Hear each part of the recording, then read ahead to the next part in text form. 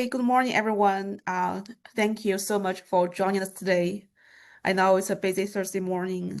You have work, you have family member to take care of, and we appreciate you to take the time to be here with us. Before we dive into today's agenda, I want to take a moment to reflect on our last session on Tuesday. It was an incredible one, with over 200 participants join us online. And we're thrilled to see the level of engagement. We received over 30 questions via emails and surveys, and nearly 170 questions were asked live during the Q&A session. While it made the webinar a little bit longer, we were committed to address as many of your questions as possible because we know when you ask, it's because you care. Your curiosity and commitment means a lot to us, and we're so grateful for such an engaged community. Thank you so much. Okay, now let's turn our attention to today's webinar. We chose to have another webinar for our pre-order customers because previously we tried different methods of communication, sending out email newsletters, exhibiting our product at events like ACB, LFB conventions to hundreds of attendees who stop by our booth. But we realized, despite the effort, some of our pre-order customers still felt out of the loop regarding the status of product. And this feedback is very important and even eye-opening for us. It made us realize we did not provide enough communication to you, to our most valued customers and early supporters. And that's why this session is dedicated entirely to you.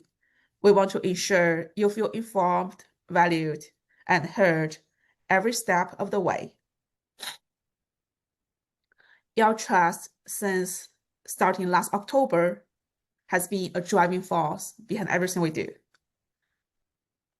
It's your belief, your love of our product has motivated us to push forward and reach to where we are today. So your support means a whole lot. A word means a lot to us. So for today's session, we'll have 3 parts.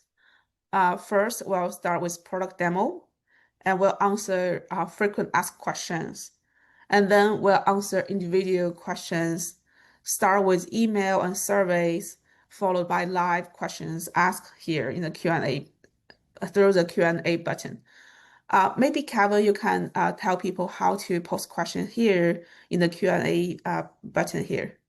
Yeah, so for anyone using a desktop like Mac or Windows, you can tab to the Q&A button. It should be like one of the last, if I count, so the very last button is leave, more meeting controls, more option for caption, show caption, question answer. So it's like the 4th to 5th control from the last. So if you kind of tab to the option that says Q&A or question and answers, you should be able to press enter on that. And then if you're using if you're using Windows like JAWS or NVDA, and then if you're using VoiceOver, you can use the VO arrow keys. And then the shortcut with VoiceOver, if you do VOI and you type in question, it should focus right on the Q&A button. And then if you're on a mobile device like Android, TalkBack, or iOS VoiceOver, if you place your finger towards the bottom right or kind of the bottom center and kind of swipe left, you should be able to find the Q&A button as well, or you can just swipe from it, but it's one of the last few buttons, the 4th to 5th button from the last element. So those are the ways to get to it. We are taking questions, first going to answer in terms of Q&A after demos and answer the questions that were pre-submitted, and then any questions that you type through the Q&A, feel free to type in your question and we will be happy to answer them here.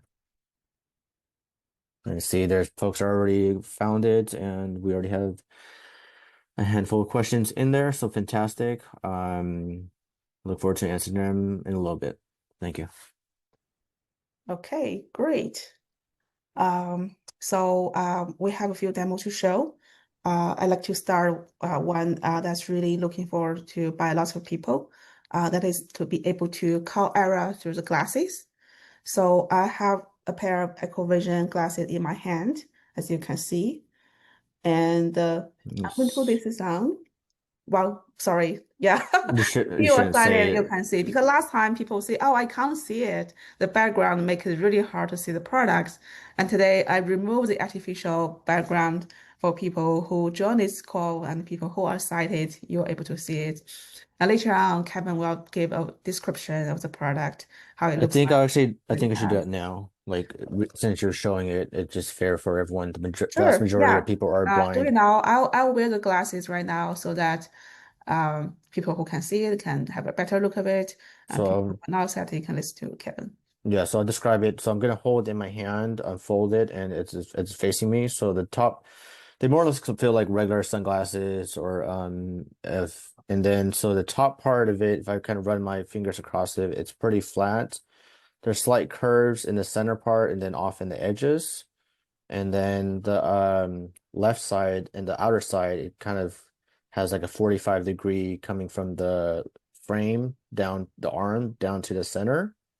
And then the flat part, the bottom part is pretty flat, and then the center part also has like that similar 45-degree kind of curve, or closer to like 78 degrees. But pretty combination of rounded at the more center parts, and then more straight kind of coming off the edges. And then there's just lens. We have different lens type, but that you can choose from later on. But as it's facing me, in the left corner, there's the camera, and it's a 13 megapixel wide angle camera in landscape mode. And then on the left side, I mean on the right side is a LED indicator that lets people know if you're taking a photo or if you're recording. So now if I open up the arms and kind of turn it as if I'm gonna wear it, on the arm itself. So now the camera is on the right side as you're wearing it, and then the LED indicator is on the left side as you're wearing it. On the top right corner, the camera, and then the top left is the LED indicator.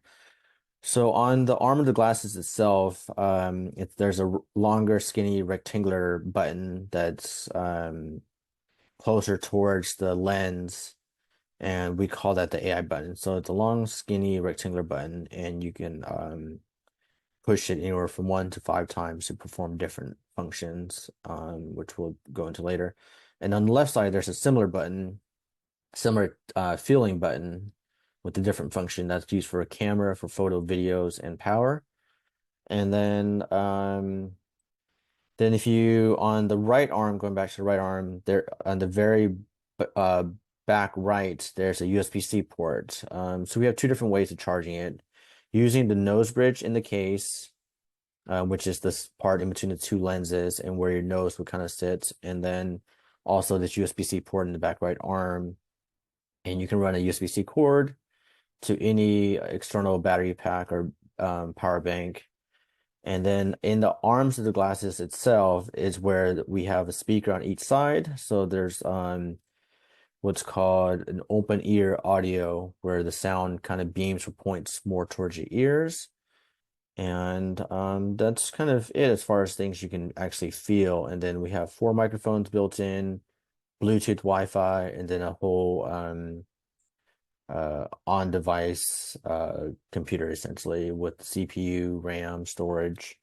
And actually, I'm gonna hold up and describe one of our neckbands. So if I hold this up here, this is a neckband battery pack that we found on Amazon, and it sits around the back of your neck, over your shoulders, and there's two USB-C ports in the back right arm, and you can connect, like, let's say a USB-C cord, which I'm plugging into the port that's closer towards the back, and then you can run a USB-C cord, which I'm going to connect it to the back right arm, and then place the glasses on. So now I have a USB-C cord coming from the back right and then connecting or going around the back of my head and neck connecting to the USB-C battery pack. Hopefully that provides a description for anyone who's not had the opportunity to actually do a face-on demo or actually feel out what the product is like. And with that, Sharon, go ahead with your demo. Okay, thank you, Kevin, for the introduction. Hope people get a better idea how does this look like. So I'm putting back on these glasses. I wear glasses myself with prescriptions. Unfortunately, these demo glasses we do not have. It does not come with my prescription yet. So I'm taking off my own glasses and put this on this time. So I'm putting my finger to the right temple. There's a AI button. If I do a long press of the button,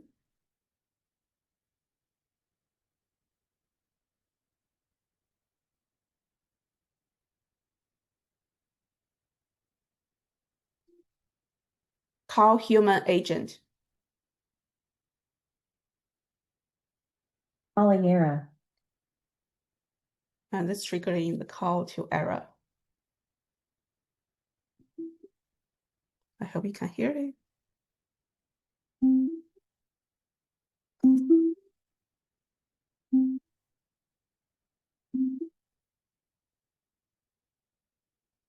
Hi, Ira, this is Juliet. Hello, this is Sharon. How about you? Good, how are you? Good, good. Can you tell me what's in front of me?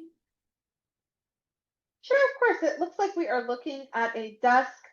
There are two brown chairs, sort of looking like they might be tucked into the desk that is to your left. On the desk, there's a computer. On the far left wall, there's a refrigerator, and it looks like a kitchen area.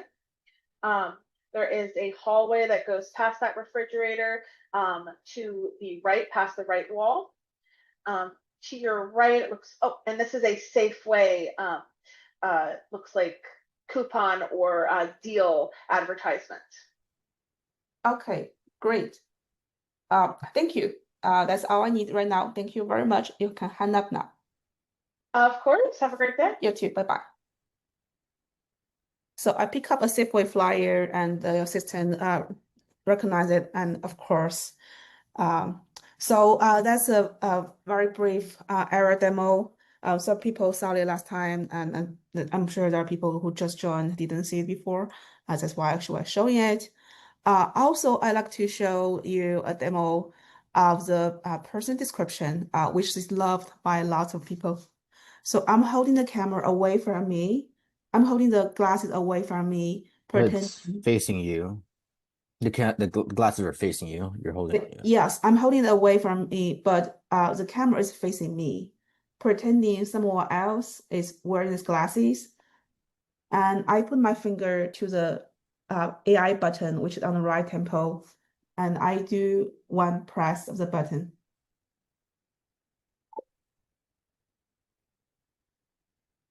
And I'm lowering my arm while we wait for this coming up. A middle-aged woman of East Asian descent with light brown skin, dark brown eyes, and short, straight black hair. She appears to be of average height with a medium build. Her face is framed by bright red glasses, and her expression is neutral and direct. I recognize this person. This is Sharon Wan, CEO of AGIGA Inc.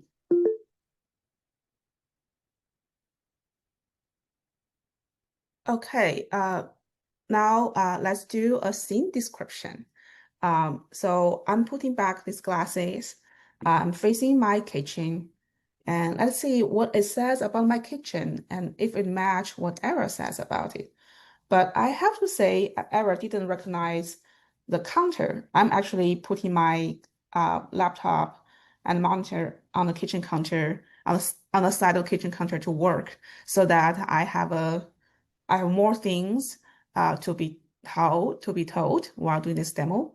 But Error agent actually didn't recognize this kitchen counter. He does a desk. Let's see what does the AI say about it.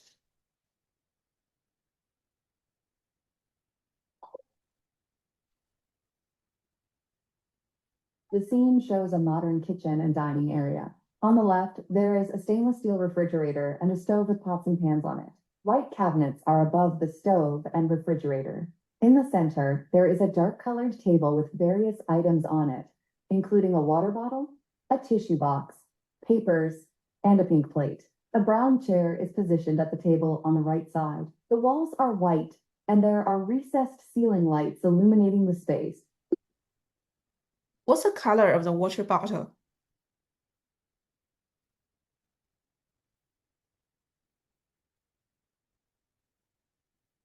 The water in the bottle on the table appears clear and colorless. What's the color of the bottle? The bottle on the table is brown with a darker brown cap. Okay, I'm relieved that it tells the color of my water bottle correctly, though at the very beginning it misunderstood my question. He thought I was asking about the color of the water, but after I asked again, it picked up the right question. So that's a scene description. And another feature people really love is to be able to do description in live. So the difference between scene description and live is, I let maybe Kevin, you can talk about this. Yeah, so the scene description that Sharon showed where it was able to describe what a person looks like plus the facial recognition or kind of the scene generally is essentially is taking a photo and describing the image. So that's image kind of based description. It's static. And then what Sharon's going to show next is what we call live AI mode. Essentially, it's like video description. If anyone's familiar with audio descriptions for movies or shows or even a kind of a sighted person kind of narrating or describing whatever they see, that's what this live AI mode. Once we initiate the live AI mode, wherever the glasses, the camera's facing or pointed at, it will just provide as close to real-time audio descriptions as possible. Okay, so I have these glasses. I'm putting this back on again. And I'm showing the live mode by putting my finger around the temple 3 times. Excuse me. Yeah, so everything's done with that AI button that I mentioned earlier. What can I do for you? Tell me what's in front of me. Okay, I see a kitchen area with a refrigerator on the left. In front of you, there is a desk or table covered with papers and office supplies. To your right, there is a tan chair. Beyond the chair is an open doorway. The doorway to your right leads to a hallway with a door at the end. The tan chair is still to your right. The desk in front of you remains cluttered. You're now turning to the right. The tan chair is still beside you. The hallway is now directly ahead, and the door at the end is visible. The desk is on your left. You are now facing an open doorway into another room. There's a bed visible in that room. On the right side of the doorway, there is a gray couch and some cardboard boxes. You are now in a room with a gray couch in front of you. Beyond the couch is a television mounted on the wall with several plants around it. To your left is a doorway into another room where a bed is visible. A decorative plant is on your right. On the left side of the room, you have a door leading to another room where you can see a bed. In front of you, you have a gray sofa, a flat screen TV mounted on the wall, and a couple of indoor plants. You also have a decorative plant on your right. Someone is holding up a Safeway grocery store flyer in front of the camera. In the background, Can you read the flyer for me? Okay, the flyer is from Safeway. It says, proud to be local, established 1926. There are some deals listed, including USDA choice boneless beef tip for $5.99 per pound. Is there anything else on the flyer you would like me to read? Yes, please. Okay. I also see Taylor Farms chopped salad kits for $3.99. Lay's potato chips or poppables for $2.49. Signature Select boneless pork chops. Okay, I'm stopping this right now. As you can see, when I do the live, it actually can instantaneously talk about the scene around me before me asking any questions. But if I do have questions, I can interrupt her and ask at any time. So after live, what I'm going to show you is another feature loved by lots of people. That's a reading mode. So reading mode is a feature dedicated for people to be able to read text. Right now, the focus at launch will be on reading books. Yeah, I'll briefly kind of describe the different modes that Sharon went into. So single press will go into that scene description, and then double press will go into the stop or exit, and then triple press will go into that live AI mode. And now she's going to do a 4 press quickly for the book reading mode.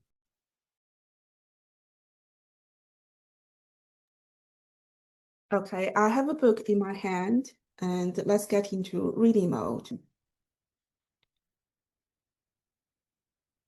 Ready to read. Just say start to begin, stop to pause, and continue to resume whenever you're ready. One summer day in Frog Creek, Pennsylvania, a mysterious treehouse appeared in the woods. It was filled with books. A boy named Jack and his sister Annie found the treehouse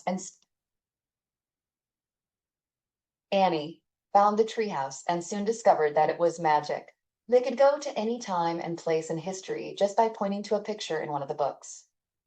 While they were gone, no time at all passed back in Frog Creek. Jack and Annie eventually found out that the treehouse belonged to Morgan Le Fay, a magical librarian from the legendary realm of Camelot. Next page. So I'm picking up another book. Let's read a page. The previous book was Magical Tree House, one of the favorite book of my son. Now I'm reading Crashing Through, the book talking about Mike May. Yeah, Mike May is our advisor to Giga, and then whenever you want to read a new page, you just single press that top right AI button, and it'll just read the next page. I'm exiting now. Oops. Just ask me to read a book Wait whenever too you're long ready. while we do the talking. Let's get back. Ready to read. Just say start to begin, stop to pause, and continue to resume whenever you're ready. Yeah, you don't have to say start. You can also just press the top right button to start live AI mode or book reading mode. My apologies. Chapter 1. Mike May's life was near perfect when, on February 11th, 1999, he made his way to the dais in the ballroom of San Francisco's St. Francis Hotel. The 46-year-old businessman had been invited to present the prestigious Kay Gallagher Award for mentoring the blind, an award he'd won himself the previous year. Dozens in the audience knew his history. Blinded at age 3 by a freak accident, 3-time Paralympics gold medalist and current world record holder in downhill speed skiing. Entrepreneur on the verge in bringing a portable global positioning system, GPS, to the blind. Co-inventor of the world's first laser turntable. Mad hut dweller in Ghana. Husband to a beautiful blonde wife in attendance and dressed in a tight black top, short black skirt, and black high heels. Loving father. Former CIA man. People watch the... Oh, okay, let's end the book reading. But as you can see, it actually read the page word by word. So I'm putting down EchoVision and putting back my own glasses. And I think that's all the demos we're going to show today. And next, we'll come to the FAQ session. So before we jump into the list of frequent asked questions, I want to explain one thing.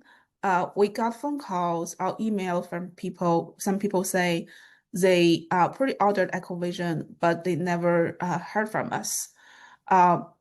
So we dive deep to a few people. What we found out so far is the email address they inputted in the initial during initial purchase was not correct. Unfortunately, was no way for us to know it. So if you never received any email communication from us, please send us an email at contact@agiga.ai. Which is contact@agiga.ai, and we'll make sure you are added to the list. And if you know someone you similar friend who ordered but had trouble receiving communication from us, please 80% battery. please help tell the same thing. And also,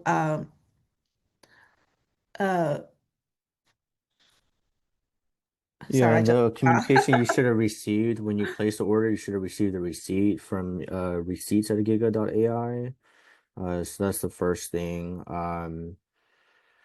But yeah, it's kind of a, I guess, a catch-22 if you had an incorrect email address.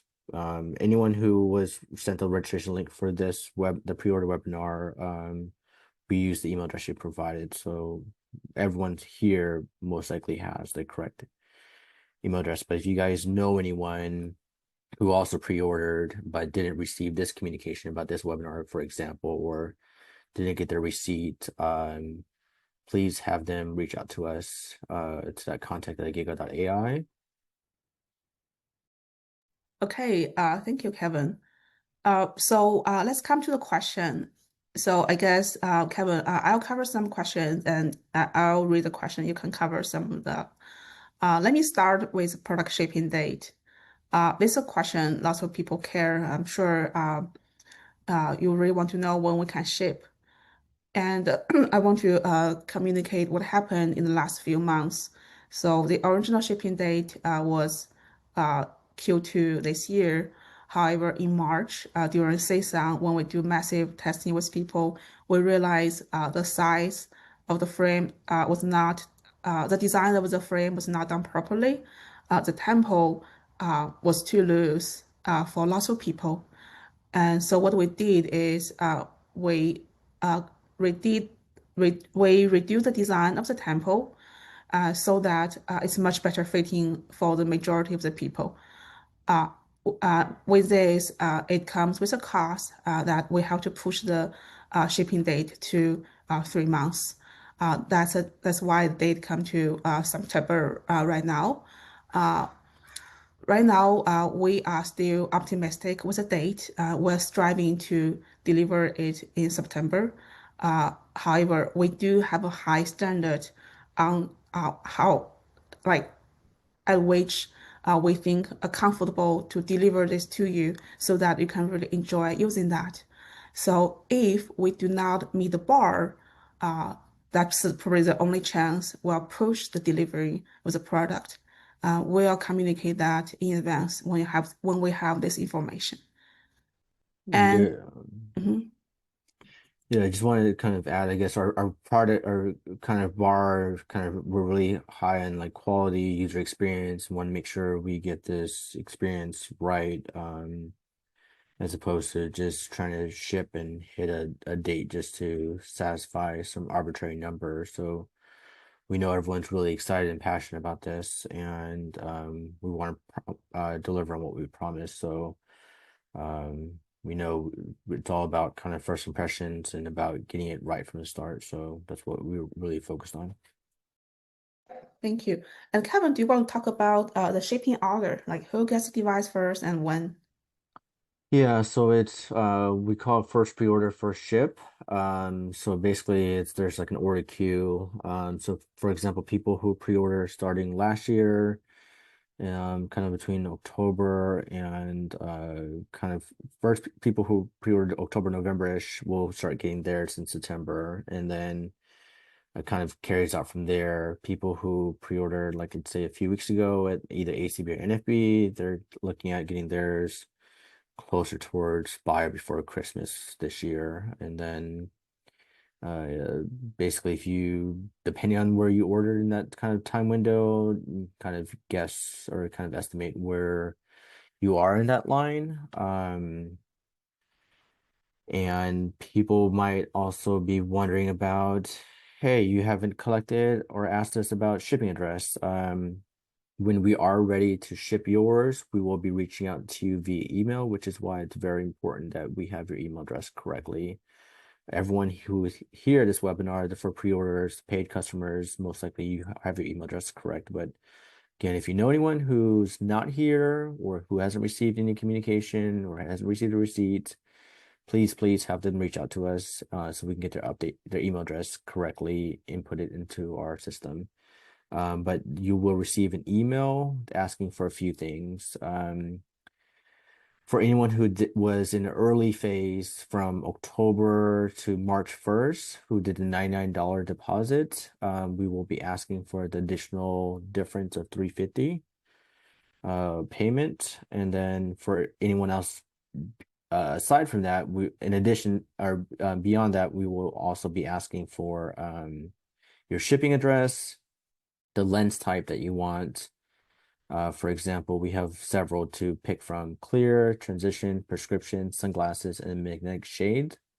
And then also any additional add-on accessories that you might want, whether it be like the neckband battery pack that I'm holding in my hand that I was talking to earlier, like a thing to add to the EchoVision as a neck strap or lanyard, and then additional kind of nose pads or arm pads and stuff for better form fit. But yeah, that email should go out to people sometime next month for people who pre-ordered last year. Okay, great. Thank you, Kevin. Let me talk about what will be in the box when the product ships. In the box, there will be the glasses for sure, with lenses of your request. It could be clear lens, prescription lens, or sunglasses, like tinted lenses. It also comes with the magnetic clip-on. So for the magnetic clip-on, it's an accessory we are giving out for free for people who pre-ordered. You can just put it over your glasses and the magnetic will just clip so that it will turn from a clear lens to sunglasses lens. And it does have a price, but for people who pre-ordered, for people who are here today, you'll get this for free. It's coming in the box when you receive glasses. We will also have a USB-C cable as we support USB-C charging. It also comes with a piece of cloth for the cleaning. There are also nose pads, actual nose pad to allow you to adjust the size. So right now, when we demo it, we only have the regular nose pad, the medium size. But we also have a smaller pair and a pair of smaller size and a pair of larger size, so that you can adjust the nose pad to fit your nose bridge better. And this also help you to have better fitting of the glasses overall. And last but not least, we will have a menu, which will have Braille on it. And we'll also have a QR code allow you to go to the website so that you can read it by screen reader. So that's what's in the box when we ship it. And Kevin already covered how we collect the difference and what else need to pay. So for people who pre-ordered super early with a $99 deposit, you have to pay the difference between $99 and $4.99. $449. And what else you need to pay? If you ordered specialty lenses, prescription lenses, you have to pay for that, as always. And you pay for the shipping, and that's it. So for people who pre-ordered, you do not have to pay any subscription for the whole life of the product. Sure, and I think the difference for people who did $99 deposit, I think it's the price is $449. I think you mentioned. So I think the difference they should be paying is $350. Oh, sorry, yeah, I said it right. It should be $449 instead of $449. That's Yeah, correct. so the difference should be $350. And I think in terms of the manual, it'd be good to have people's input. Feel free to drop into the Q&A or send us an email. We mentioned Braille and also having a text on our website, but I know a lot of blindness assistive technology also do some sort of like audio base where somebody ideally blind, for example, kind of does the manual or kind of walkthrough or at least some sort of tutorial. It'd be interesting to gauge interest on that, or how many people would prefer that instead of Braille or instead of text or in addition to. Yeah, great. I like your suggestion, Kevin. And people who are online, please um, drop a line if you have other ideas how you want the menu to be. We like to hear your feedback. So next, let's talk about the size of the product. Kevin, you want to take this Yeah, for so the we've framework? gotten different questions around things like color, style, and size. So we're focused on what we call more like a standard size, more if it's medium, if people are familiar with different glasses, and we've measured against a fair amount of different eyeglasses or sunglasses that people have, and it seems to be more or less within that range. And it's one style and then also one color, and that being black. And that style is kind of what I walked through and described, where the top is more flat and then the sides or the bottoms are a little more curved. But definitely if people are interested or open, wanting kind of other colors and styles.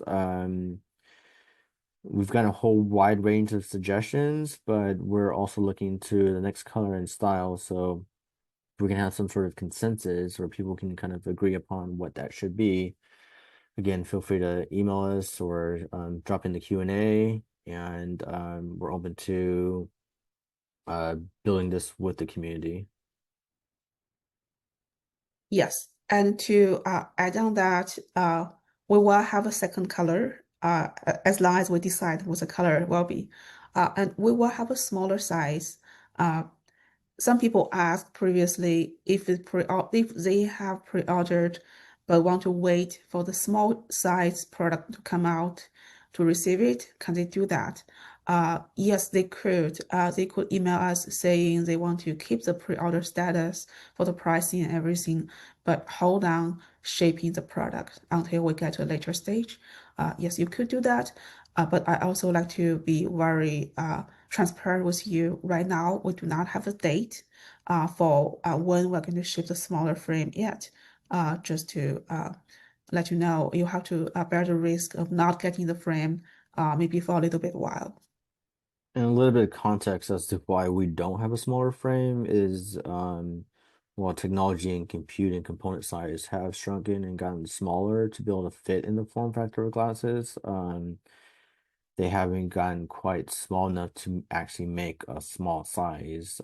So you can technically make the frame smaller, but we won't be able to fit all the advanced computing power that we have in a smaller frame. So it's just a matter of kind of Moore's law and waiting for the compute size and component size to shrink and get to where we need to in order for it to deliver on the advanced kind of AI experience that we're providing.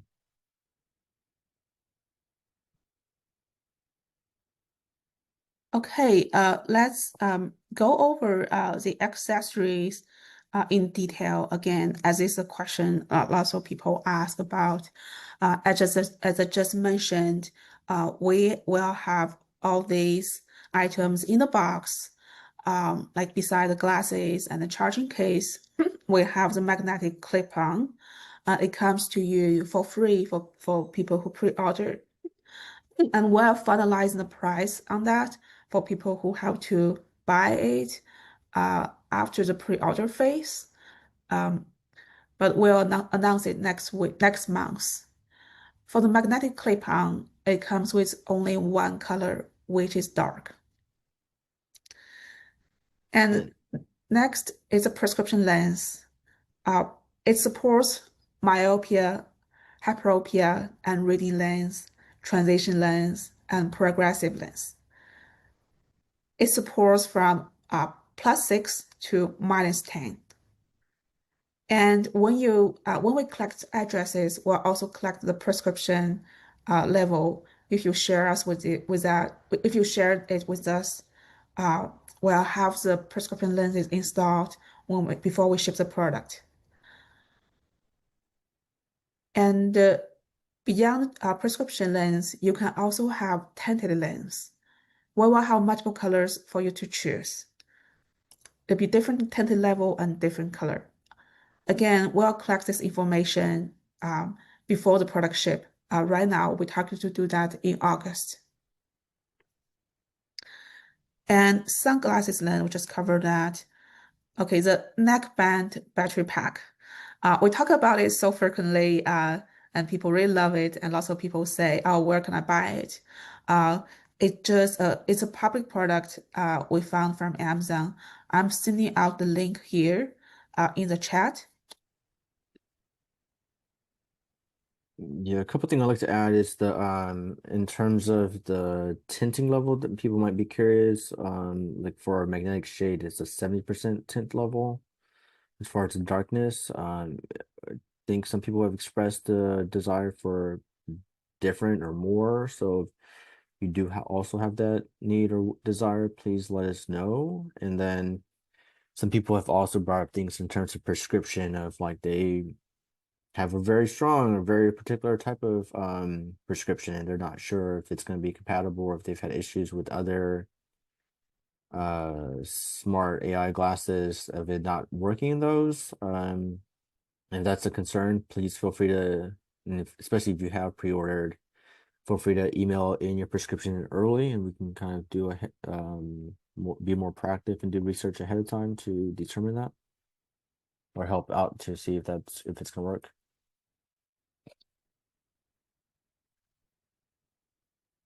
Okay, next question, people asking about the cost for the prescription lens, shipping. Unfortunately, we do not have the number right now. We're trying to finalize this so that we can get the lowest price for you as much as possible. We will announce it before the product ship. Right now, looks like it's in August. So, Kevin, do you want to talk about international shipping? Yeah, while we aren't officially, our focus is US English, so we're shipping to anyone directly in the United States of America. Anyone, and we have received pre-orders from all around the world, and thank you so much for your support and early pre-order and excitement and passion around EchoVision by Giga. We've received orders from like Europe, Asia, Africa, and a bunch of other countries around the world and continents. There, so you don't have to worry about this now, but when we do reach out for their shipping address, a variety of blind people who pre-ordered outside the US have either used or worked with these different what's called forwarding services. And if anyone needs a list of some of them that other blind people have used and passed our way, happy to share those as well. If anyone's on the Facebook group, for example, it's been talked about there. But the way these forwarding services is a third party, they handle the acceptance of a package in the US and then they forward it onto your address in your home country. So that is an option if you are international, and there are no what's called geo restrictions with our EchoVision. So all the different features as far as the AI, as well as the human assistance, are available anywhere and everywhere in the world.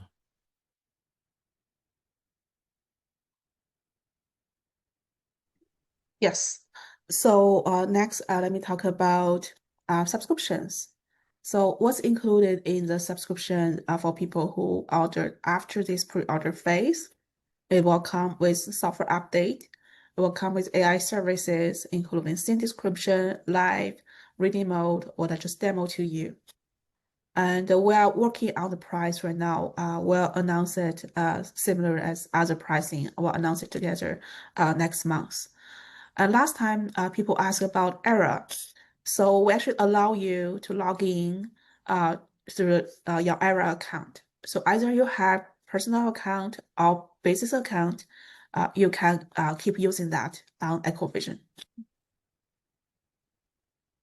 Uh, Yeah, and for anyone who pre-orders, since that's everyone here, you don't have to worry about subscription costs. Giga's going to pay the as a perk or incentive for you being an early adopter, early supporter, and helping us along this journey. Giga, the company, will cover your subscription costs for a lifetime of you owning the EchoVision.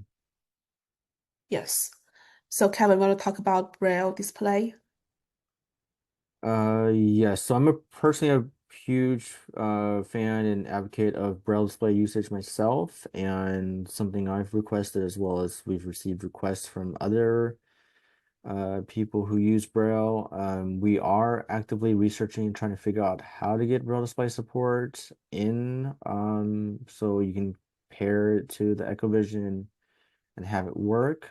But at the moment, we don't have that quite figured out. But Yeah. So I have to say we did a very brief study of supporting Braille display, and we believe from technical perspective, we should be able to support it. It just we haven't really got the chance to do the integration work. That's just too much on us. And so it will not be ready at launch, unfortunately. yeah, but we definitely understand the need and importance of this and how this would Yes. be a differentiating feature and allow folks who are especially deaf-blind or blind people who prefer to read stuff in Braille on their own to have first-time Braille access to smart AI glasses for blind and deaf-blind. Yes, absolutely. Okay, next, let me talk about return policy and warranty. So people who have pre-ordered now, by any time before the product ship, you can request a refund. And we're sorry to see you go, but we fully understand and respect your decision, and we'll just process a refund if you send if you send an email to us or call us, and we'll process a refund. And for people who keep the pre-order, after you receive the product, you have 30 days to have your money back, which means after within 30 days you receive the product, you can still request a refund. Like I received it, but I don't like it, or something not working, it doesn't quite work for me. Yes, we allow you to refund it within 30 days receiving the product. And warranty, we have a 12 months warranty that covers like the unexpected things happen to the glasses. Say if it can breaks by itself, which shouldn't happen, we're happy to fix this for you or replace it for you. So we have a 12 months warranty on the product.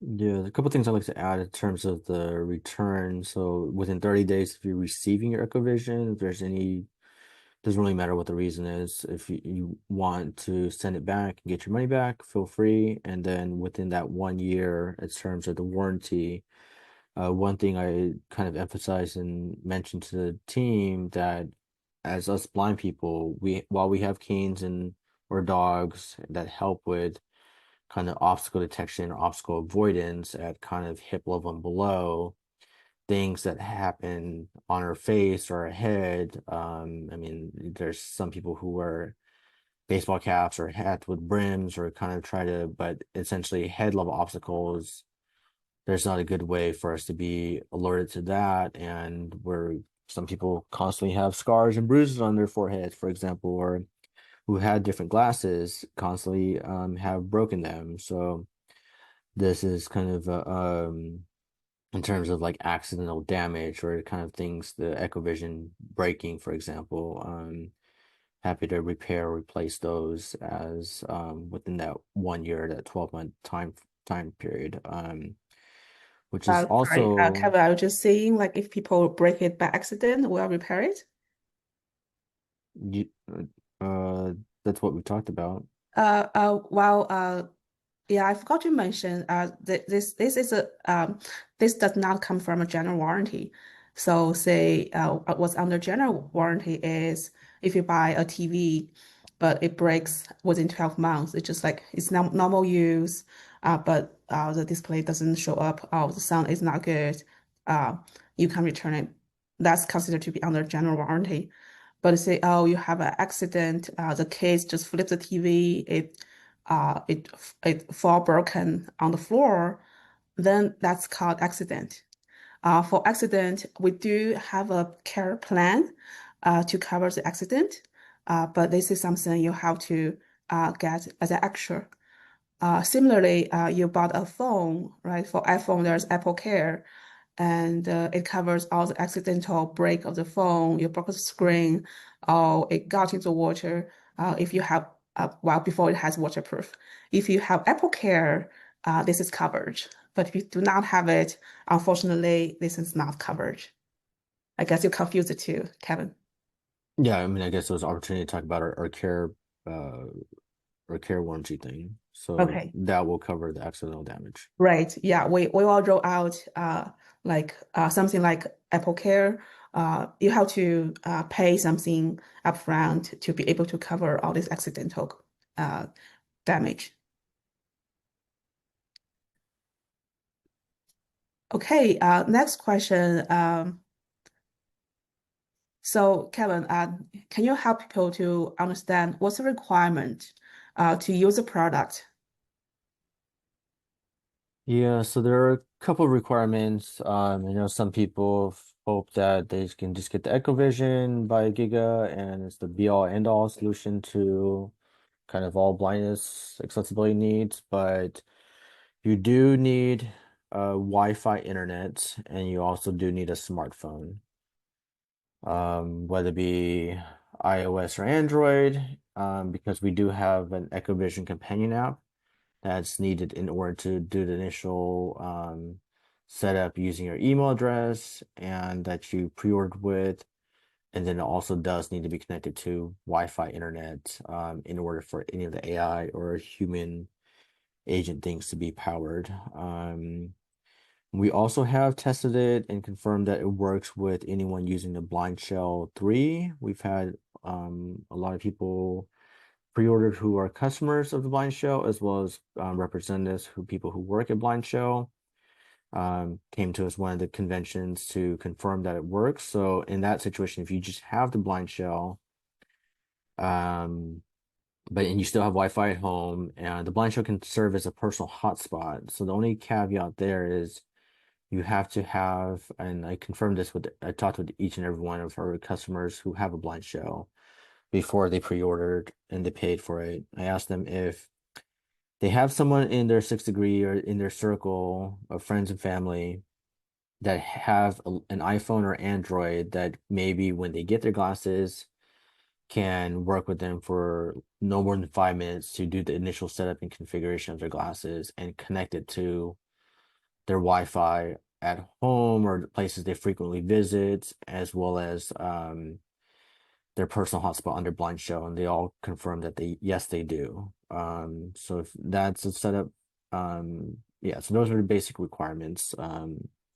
Smartphone or access to smartphone to be able to set up, and then Wi-Fi internet. Okay, thank you, Kevin. So we have 2 minutes to 11. Let me try to finish the last FAQ question before some people had to jump out. So people ask, like, how about customer support or tutorial or training sessions? So we will have a dedicated phone line to support people in setup or use the product once the product ships. And you can call in that phone line to get your questions answered. We will also hold online sessions like this to do tutorials. We already have the tutorial in planning, and we will have that when we have the product. And also, like to announce, we actually going to have a dedicated email address for people who pre-ordered. It's support@agiga.ai. So this is for people who have questions on their pre-orders. So if you want to ask question about shipping, logistics, and all this, you can use this email to ask questions. But I have to say, right now we actually experience overwhelming communication from the community. So the response might be delayed. We'll try to accommodate support at agiga.ai for people who pre-ordered. Okay, that's all the FAQ we have so far. Let's jump to the questions. So we already have 105 questions posted here in the Q&A. There are also, I think, 40 questions sent out before the event. Let's go to the email question first, and then we'll come to the Q&A session submitted. Similar as Tuesday, we'll try to cover as many as possible questions. And if the question has been answered previously or covered by our introduction, we'll skip that. And people who are busy, you feel free to leave. And the majority of the content, what we plan to say, has been done right now, and the rest of the webinar will be Q&A. This has been recorded. We'll share that Yes, to it people has who been recorded, and we will share recording as we did last time. Okay, questions. Hold on.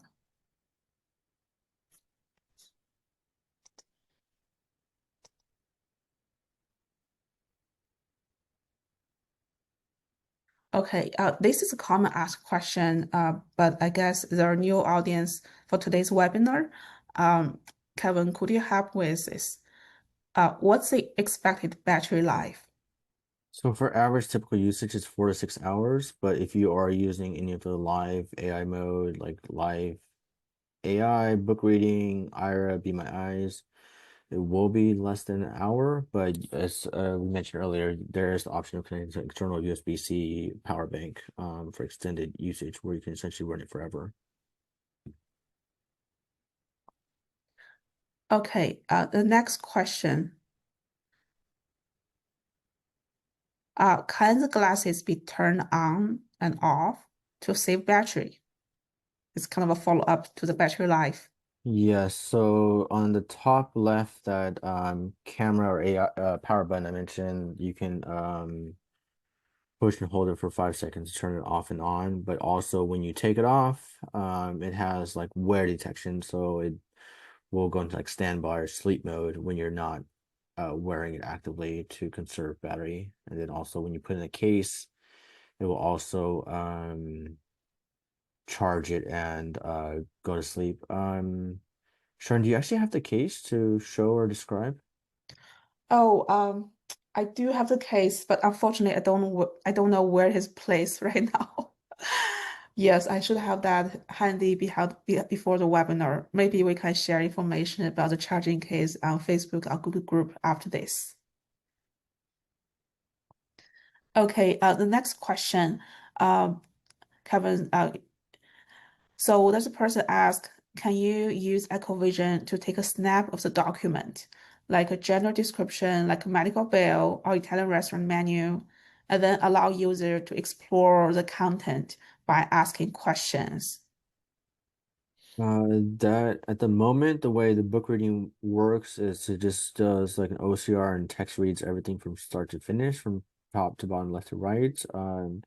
But we are, thank you for that feedback and that request. We are exploring how to do things like summary, how to ask specific things in the text, and kind of make it more interactive. Yes, I think when the person asks this question, he doesn't mean to use the reading mode.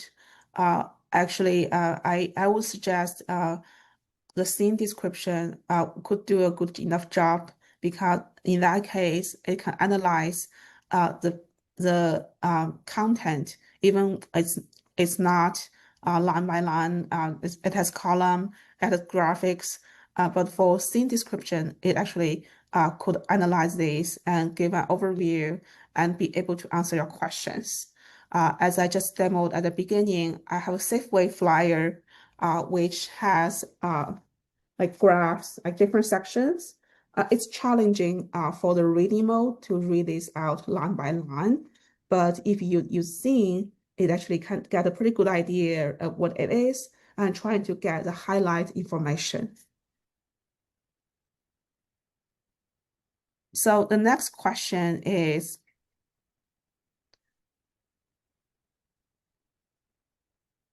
okay, then that's what it's about Braille display, so I'll skip that.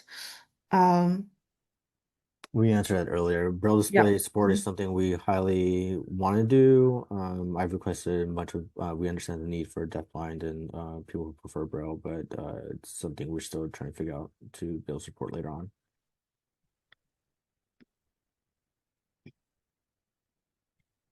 Okay, actually lots of questions are covered by us today. Let me see if there's any new questions in the survey.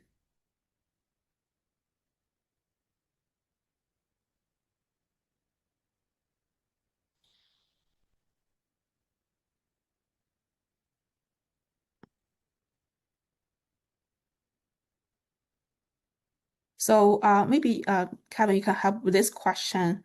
So what apps are used by EchoVision? Like it supports Era, Be My Eyes, and how about others? No, so the other one, in addition to This those, person mentioned Seeing AI here. yeah, so we also support the transit. So with a voice command, you can get transit directions to any point of interest or address to get a route schedule or preview. The thing that Giga EchoVision's excited me about it when I found out about October last year, and we've mentioned is it's an open platform to work with apps that we love and enjoy as blind people or favorite apps.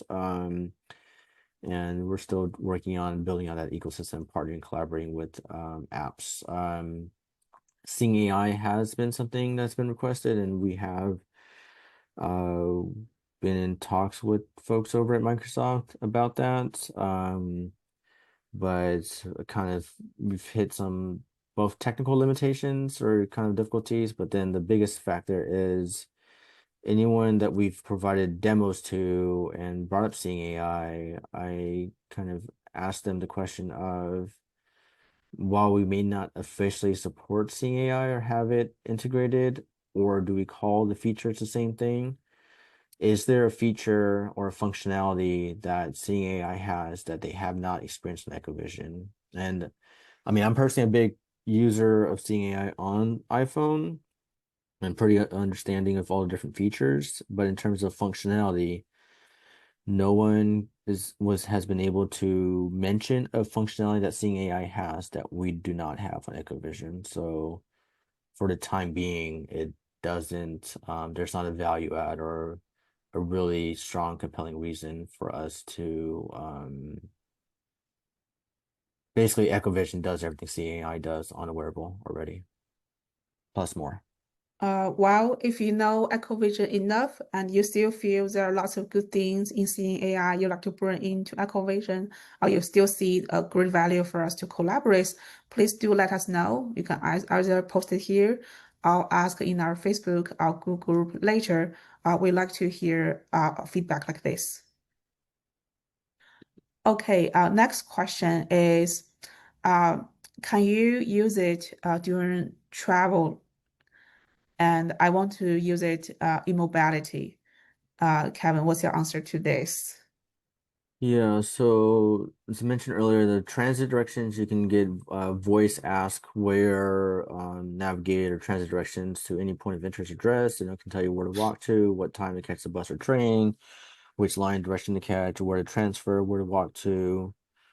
In terms of while you're actively traveling, you can, like, for example, to use live AI mode to describe the scenery as you're walking, to read off any signage, to tell you about any bus or train signs you might see. So likewise for the airports, about gate numbers, terminal numbers, and so forth. In terms of mobility, there are great mobility tools out there that you should already be using or aware of, as far as like a cane or a dog. It does not help with obstacle detection, obstacle avoidance. It can describe things like that in your environment, but it's not intended for safety. Okay, there's another question about proximity detection with vibration or audio. So as much as possible, we're able to using like camera and AI, we can tell things like distances to different objects. Like for example, when people have demoed or have used it, it can say like there's a exit door at 15 feet at 2 o'clock, or there's a table 5 feet at 10 o'clock, for example. But in terms of haptic vibratory feedback, we just don't have those motors in the glasses at the moment. There are other technologies like by like Lighthouse Tech, for example, or other haptic wearable things that like the Buzz Clip, for example, that can tell you these things. And I've had chats with the Shara, the CEO, as well as Wasa and the CTO about maybe in a future version we can add like a radar sensor and then also like a haptic vibratory motor, so we can build that functionality into a future version, but that will require like a version 2 or second generation type of thing hardware. Yes. Okay, next question, Kevin. Do you want to explain what's required to be able to recognize a person's face? Yeah, so you have to take a few different photos of the person, like a straight on shot, them looking to the right, left, and like up and down, just so it captures all the angles, and then you can add their person's name and title. Um, we are trying to make that more seamless and to be able to do that on the EchoVision itself. So it's using the same camera from the same perspective and be able to do all that through voice interaction. Okay. Next, this person, I think he has. Oh, wow, I'm still scrolling down. It's probably like 50 questions, if not more. Let's quite try to cover some of it. I think lots of them has been covered, unfortunately. And let's cover 3 questions from this person, and we'll come back to him at the end of the webinar if some of them are not covered. Yeah. Yeah, and if some question a little bit personalized, I'll try to reply by email so that it's better use of everyone's time. So that's one question I think lots of people will be interested. Is there going to be a wake word? Yes, the wake word's gonna be a giga and some variants of it of hi or hello or hey giga. And then we also have the option of the AI button. You can push and hold the top right button and listen for a tone, and then you can interact with the Giga AI. Okay, the next question, let me take it. Will I be able to trade in my old glasses when a new generation is released? Will there be a discount for it? And I really appreciate if you start thinking about the next generation, which we haven't announced yet. We're still in planning phase. As Kevin mentioned, we're thinking about adding optics, haptics, and be able to detect object. But it's really something coming up in a long time. And I'm pretty sure when that time comes, we like to show appreciation for our old users to give some sort of promotion to allow you to easily upgrade to the new generation without much financial burden. But as it's too far, I cannot promise anything right now. Thank you for this question. Yeah, and something we mentioned in the webinar a couple of days ago, and we definitely want to include the folks who paid and pre-ordered here, is kind of almost like a brainstorm or think tank design type of session of whether it be now or sometime later on, a webinar or session dedicated towards what would you like to see in the next generation EchoVision.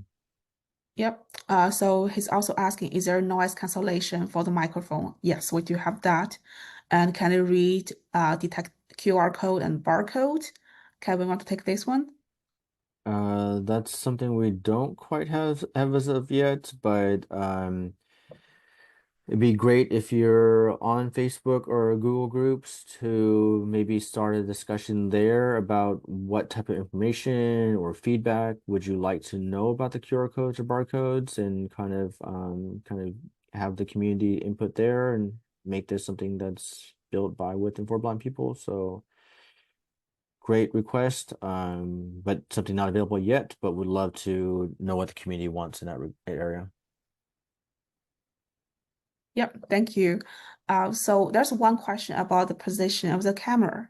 You talk about the overview of the product, but this is a question people often ask. I think maybe we can still talk about it. Which side is the camera on the glasses? So when you're wearing the glasses, it's on the right side, on the top right, and it's a wide angle camera in landscape mode. The reason that's important, it has a more horizontal field of view, and it's able to see closer to what the human eye can see. And we actually have 54% more field of view than other AI smart glasses that have their camera in portrait mode that are more optimized for social media and viewing on a phone. Okay, there's a question about prescription. So we'll collect that. I said we'll collect that before shipping. And let me see if other question not asked. Okay, this is another question that people often ask. Can I use EchoVision to find a person or an object? So things like filtering, finding, and kind of personalizing, these are things that we additional requests like that, we appreciate and thank you, and we are working, but they're not gonna be available on launch. Again, feel free to join our EchoVision Facebook group and Google groups to start discussions around that, and it'd be great to have a sense of what type of interaction, what type of things you like to find, and what you would like that to, how would you like to see that work. Okay, next question about the Wi-Fi connectivity. I think some people heard like there's some issue with the Wi-Fi, as I said last time. So we did have a like Wi-Fi unstable issue since season, but we upgrade the hardware and the antenna has been redesigned, and the connectivity is much more stable in the latest hardware we received. However, there was a software bug that often claimed Wi-Fi unstable, please try again, which caused confusion to people, and making people thought there's a Wi-Fi issue, but in reality there is. And sometimes like it claims Wi-Fi unstable while making error call, which is very ironic, and a call went through. So yes, there was an issue with the Wi-Fi, and that has been resolved. So the next question is, well, it's similar as finding things. So people ask about OCR feature, the offline OCR. Kevin, do you want to talk about that? Yeah, so if there's no Wi-Fi internet, we're gonna have like a very basic primitive OS text reading. It's would be similar to what's available in Seeing AI by Microsoft in offline mode, where it's like short text. And yes, and to add on that, there are actually two reading modes. I hope I'm not confusing you too much today. We have one reading mode, which I just demoed. It requires internet connection, and it can read things pretty sophisticated.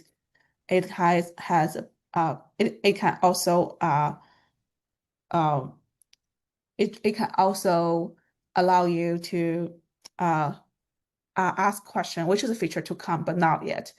We also have another another feature in development called local OCR. And for that feature, it allows you to read things without having to connect to the internet. So all the processing is done locally. And for this feature, it may not be able to read as good as a reading mode I just demoed, but it does not require internet access. Okay, so the next question is about reading. People ask about columns, tables. We talk a lot about reading, but for this question, Kevin, do you want to get a touch of it? Yeah, columns and tables are things a little bit more tricky that we don't have quite finalized, but I guess for this, if there are like sample or kind of things you would like to kind of see in particular that you experience day to day, if you can share those examples so we can train our AI models to kind of better focus on what you as a blind person need for columns and tables, that would be great so we can optimize and kind of just make it custom tailored towards your particular needs as opposed to generally applying to columns and tables out there in the wild. Okay. Next question is, when using live AI, will it read names of stores as I walk by? Yes, it will read whatever signage it sees, including business store names, street signs, and then even if you're in the store itself, or if there's a flyer, let's say a sandwich board thing, it'll read off those things, anything they may have outside posted, it'll read all that stuff. And then while you're also in the store and kind of browsing around, it will read off any signage and describe people and describe all that as you go. Yeah, so there's a question about low lighting. I have to say, like human eyes, we need lights to read. The camera needs lights to read as well.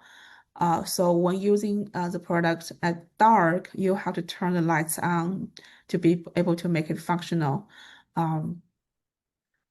Okay, next question is, will the glasses be able to access GPS for error calls? Yes, it will be. And next question, well, lots of question has been covered. People asking about sunglasses clips, and this came up again. Kevin, do you want to give a talk about this again? Yeah, sure. We're for anyone who pre-ordered, we're including the magnetic shades in as complimentary. So they're just snap and snap off via magnets. And they have 70% tint level darkness. Okay, so next question is, will there be an additional cost for transitional or progressive lenses? As said, yes, there will be additional cost, and we're finalizing the price and trying to bring it to you as affordable as possible.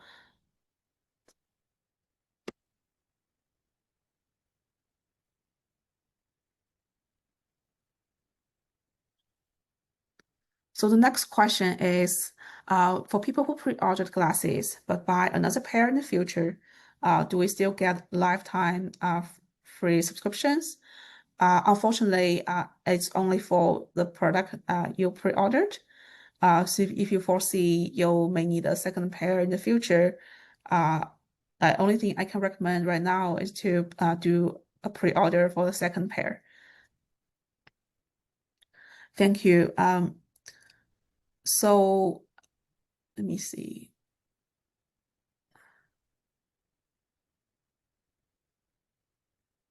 There's a question about deposit. We talked about it, but people are still asking, Kevin, will the $100 deposit made at end of last year be applied towards the cost of glasses? I think we should really clarify Yes. this. Yeah, so anyone who pre-ordered between October and March 1st of last year, you guys, everyone who was in that time window and pre-ordered had the opportunity to do a $99 deposit, and that will go towards the total EchoVision cost of $449 since you got locked in at the earlier price. So you will have to pay the difference of $350 for the EchoVision. And we will be asking for that when you receive an email from us and just about a month or so. When we're ready to ship yours, we will be asking for that $350 difference.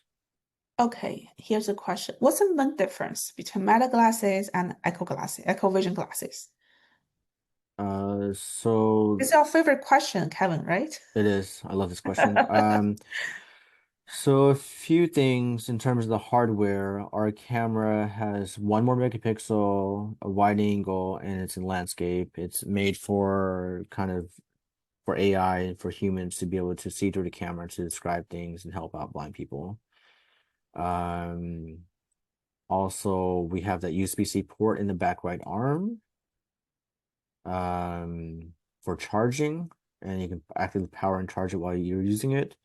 And then I guess in terms of the camera, kind of all those numbers and orientation may not be that meaningful, but the bigger thing is we have more than 50%, 54% exactly to be more field of view. So it's able to see more information through the glasses, through the camera in the EchoVision than the Meta Ray-Bans.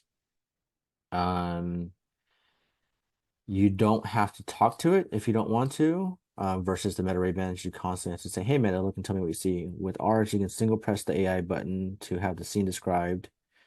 Our descriptions are more complete and detailed for blind people. Ours EchoVision will actually describe people in full detail of their height, width, color of skin, hair, eyes, ethnicity, age, facial expression. Meta Ray-Bans won't describe people. You might say there's a person. Ours has EchoVision has facial recognition, so it will describe who it says I recognize that person and identify them by name and title. Meta Ray-Bans won't do any facial recognition at all. We have the live AI mode where once you are in live AI mode, it will just auto describe whatever it visually sees without having to ask anything, which is wherever you look, it will tell you. Meta Ray-Bans, you have to constantly prompt it and ask it what it sees or what am I holding, what am I looking at now. And then we have a book reading mode that actually does proper text reading OCR. And we will actually read medical, financial, and personally identifiable information. In EchoVision, Meta Ray-Bans, anything to do with PII or medical or financial, it'll say I can't read that. And then for Meta, it'll try to summarize things like restaurant menus and kind of hallucinate and make things up. We directly connect with Ira.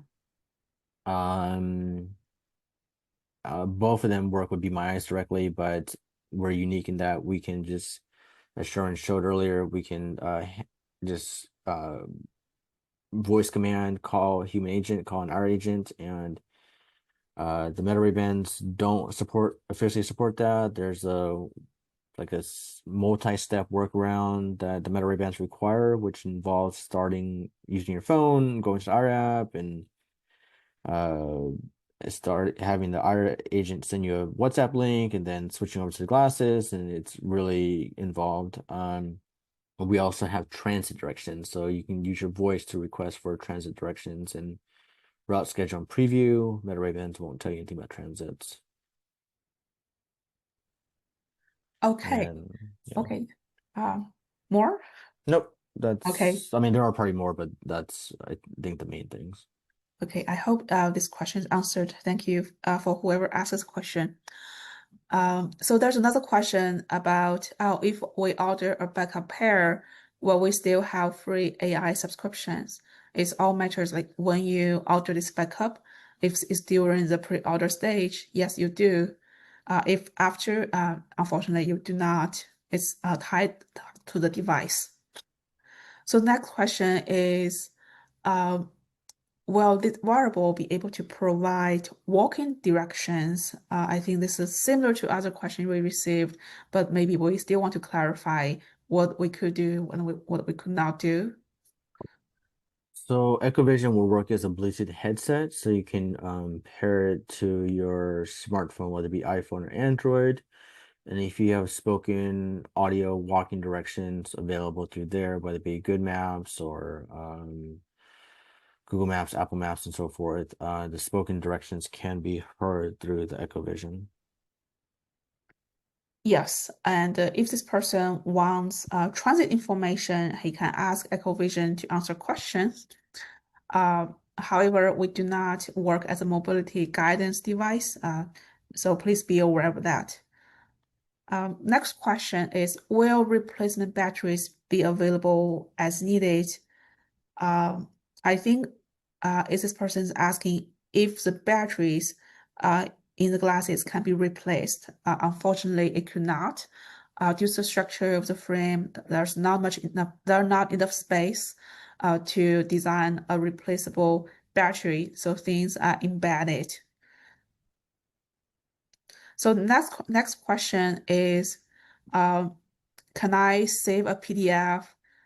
I'll save a file in the photo album using EchoVision. So things like media, as far as photos and videos, you'll definitely be able to store those and sync that with the companion app. But as far as saving PDFs and things of that sort, please feel free to join our Facebook and Google groups and join EchoVision. Look up EchoVision on both those platforms, and we also have those links available on our website and our email signatures. But feel free to start a discussion about what type of file saving do you want, and if you want to connect to cloud storage, or how do you want to share that, and kind of what are you envisioning for that, and we'll happy to put that as a feature request once we have more understanding of that. Okay, last question from the email. Can I use it to read the phone screen? You can if it's like in a pinch, like if you absolutely have to, but for phone screen, I mean, iOS has VoiceOver, the Apple screen reader, and then Android has TalkBack, the Google screen reader, so it's really best to use the screen reader to read phone screen. Okay, great. So that's the end of the email questions. Let's come to the Q&A session right now. We have 131 questions asked here. It's actually more than the number of people we have online, which is 110. Thank you. Considering the time, we'll skip the question that has been covered previously. We'll try to cover other questions. We'll make it a little bit quicker as the webinar has been an hour and a half. Okay, let's start with the first one. Can you disable the LED in the app?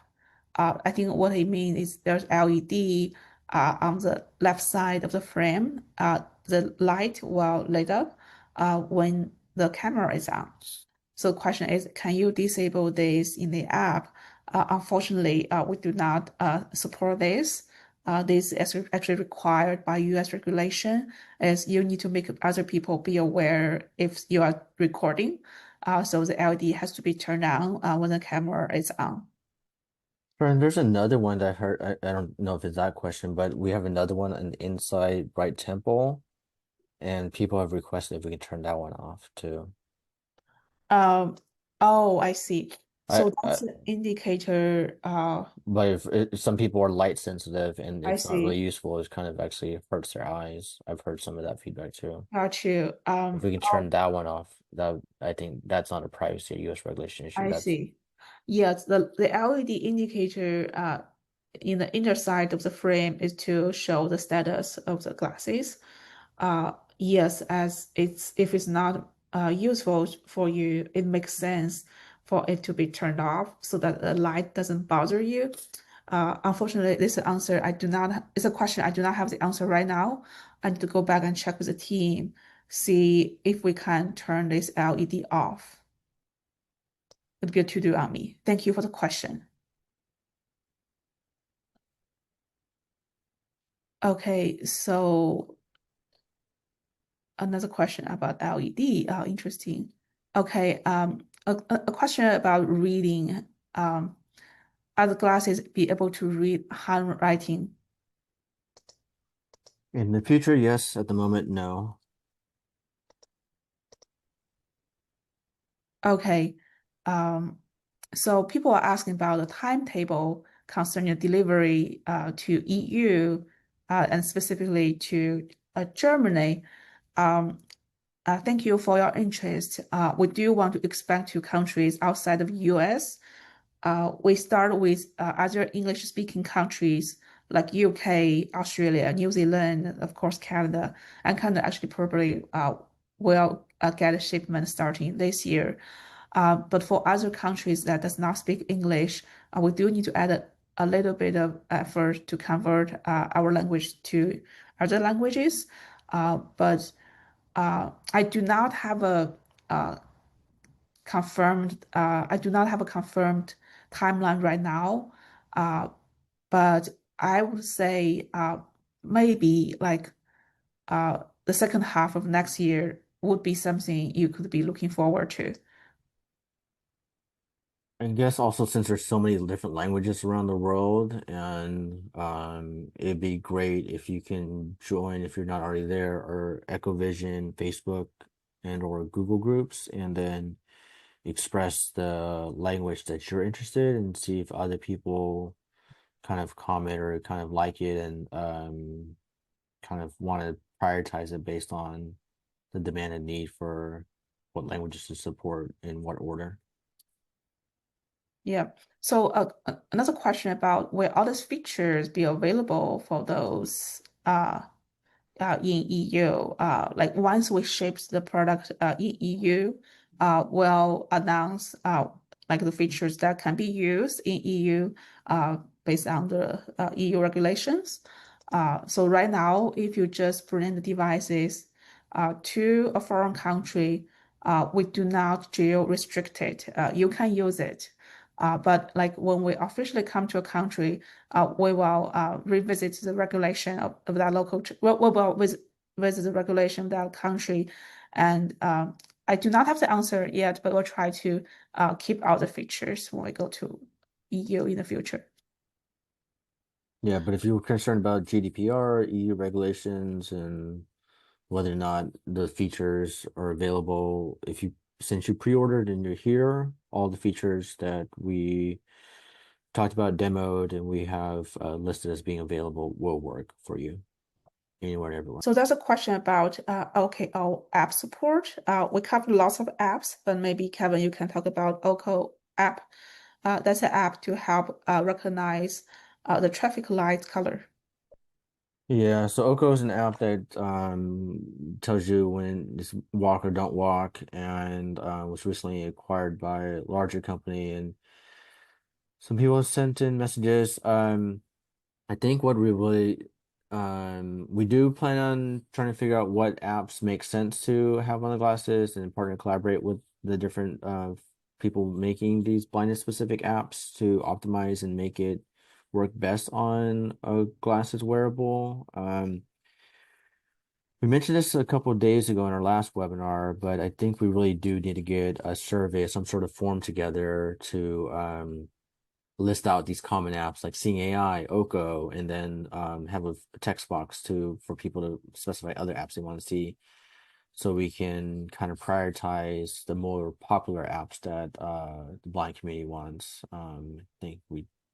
So I think at the moment, no Oko, but in the future maybe. And look out for a survey listing all these different common popular blindness apps, and then please place your vote or your input as far as if an app's not listed that you would like to see. Okay, here's a question. Is it possible to allow video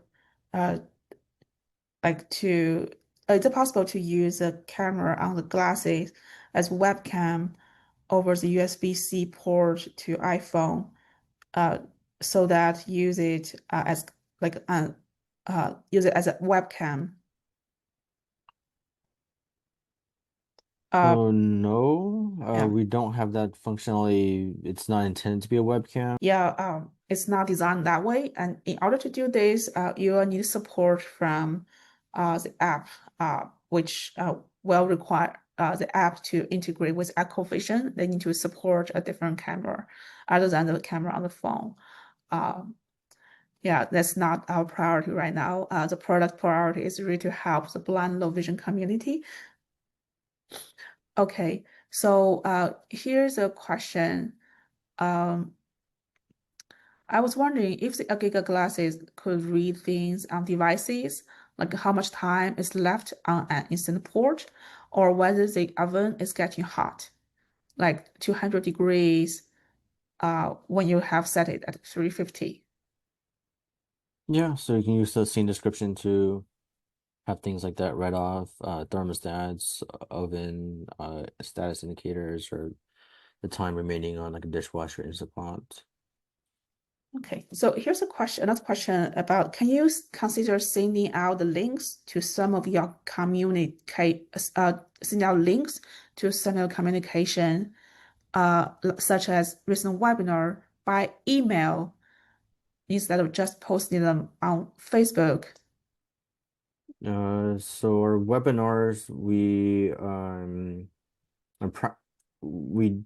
shared out multiple ways in our Google groups, our Facebook, and then in terms of our newsletter subscribers, we emailed them out directly, and then anyone who joined this or the webinar a couple days ago, we sent out all those communications through email, and then also our recordings and post-webinar surveys, those are all sent out through email as well. If you didn't receive the email, we may not have your email address incorrectly, or there might be some sort of mismatch in the system. But yeah, Facebook is definitely not the only way we are communicating. We are definitely also communicating through email. Okay, so this is a question regarding difference between Celeste glasses and EchoVision. We have a Celeste user. I don't know, Kevin, if you know Celeste glasses. So he's asking about the physical differences between Celeste glasses and EchoVision glasses, like buttons, tracking port Yes. locations. So it's an early adopter of Celeste as well. I pre-ordered those Oh, you when do? they, You yeah, bought everything. I've bought everything. I honestly can't remember a whole lot of the specifics with Celeste. But um, I mean, I guess the main thing is like if you're an early adopter of Celeste or you're an active user of it and you're wanting kind of a solution that's starting up and that's in business and that has a bright future, EchoVision is your way to go. And I mean, if you're here as a pre-order paid customer, um, you've already tried out something like Celeste, so you kind of have a sample and taste, and you probably built up your anticipation of something like this, EchoVision, that yeah, so there are some similarities and but also there's more future, more potential here, and more stability. Yeah, I actually got the chance to have one pair of Celeste glasses in my hand. And I have to say, EchoVision is so much lighter and prettier than the Celeste glasses, and the audio quality is so much better. Okay, the next question is, um, I didn't join the Tuesday webinar. I wonder, can I during book reading mode, is there a way to know how to position the book in front of the glasses so that it photographs the page? I said, yes, we are developing a feedback algorithm that tells the user where the book is. If you need to adjust the book to the top left or bottom right so that the full page is covered by the scene. Yeah, so we're gonna model it based off like voice stream scanner and canopy reader and all these different feedback and audio guidance and kind of like if the right side's missing top or if it's oriented, it's off skewed, but also think it's important that while some people are going to want this level of guidance and feedback, there's also people who aren't going to want this. So we're going to make sure we need a toggle for this to have this level of guidance on or off. I mean, on by default for majority of people who are probably going to want this, but then off for people like me and other people that I've already talked to about this feature. They're like, please, please make sure I don't want that. Please also have it off. So we want to respect both choices. Uh, yeah, so I think based on what you just said, we should make this configurable. Toggle, yeah. Yeah. Okay, so there is a specific question. Someone's asking if he can receive glasses by certain date. Uh, I would say we have to look up to your order, see what time you made the order, and to get back to you. Unfortunately, I do not have the answer right now. Please send us an email, and we can look up your purchase history and see if you purchased early enough to receive it in September. What would make that easier if you find your receipt, it should be from receipts at giga.ai, forward that receipt to contact the giga.ai, and then specify the date you would like them. But honestly, I think it's just best if we keep it in the order queue because everyone's gonna want it first, so or want it by a certain date. So that's just gonna create other chaos to our whole shipping ordering system. Like, So the next question is, how will updates on the glasses to be delivered? Do you have any sense how does it happen? over the air through Wi-Fi, directly to glasses. So the next question is, what's the name of the app the glasses connect to? And They're called EchoVision. If I saw a Facebook thread about somebody was looking for that in the App Store, they aren't available yet. We're still testing it. It's in staging. When the glasses become available publicly, the app will also be available publicly. But the same name for glasses and app, EchoVision. yes, as we are still under, well, as a product did not ship yet, so we haven't put it on the App Store or Google Play yet. So next question, can the glasses capture photos or videos with buttons and voice input? Yes, on the top left, there is the camera button, and you can take photos and videos with it, and yeah, and probably be able to do it through voice later too. Okay, so next question, if I don't have Wi-Fi, is it possible to use cellular? Actually, this is answered. Yes, you can use cellular. Yeah, cellular would be through a personal hotspot. Yeah, there's another question about are you able to use glasses while charging them? Yes, you could. Oh, I have to mention when you charge it, if it's plugged into a power bank or a laptop or like even a phone, yes, you can use it. But we do not recommend you use the glasses while the other side of the USB-C cable is plugged into the wall, as that may pose some risk of getting like electric shock in the worst case. So other question, how much We does should probably have safeguards against electrical shock. I'm surprised that would even happen. Like that I shouldn't be a don't know thing. what kind of wall plug you use. It's rely on the connector the connector you use, right? I do not want to say it's totally safe because it's not our product. So next question is, how much weight do the clip-on sunglasses add? That's a good question. I do not have the number right now. I think it's about 6 grams. The glasses itself is 41 grams without any lenses, and adding regular lenses will give it another 4 to 5 grams. And having the sunglasses clip on, give it another 5 to 6 grams.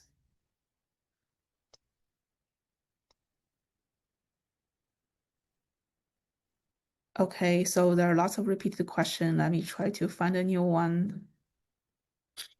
So there's a question, are there any error minutes included with the glasses as part of the purchase? Thank you for the question. This is something we're planning to do. Unfortunately, I do not have a confirmed answer to this right now, but we're working towards it. The thing with Ira is like you can use it in the Ira access locations. There's lots of them all over the world, airports, different shops, restaurants, kind of different businesses that offer sponsored minutes, and then also Ira offers their free like 5 minutes every so often. So EchoVision will work with any of those Ira access locations or free promo minutes.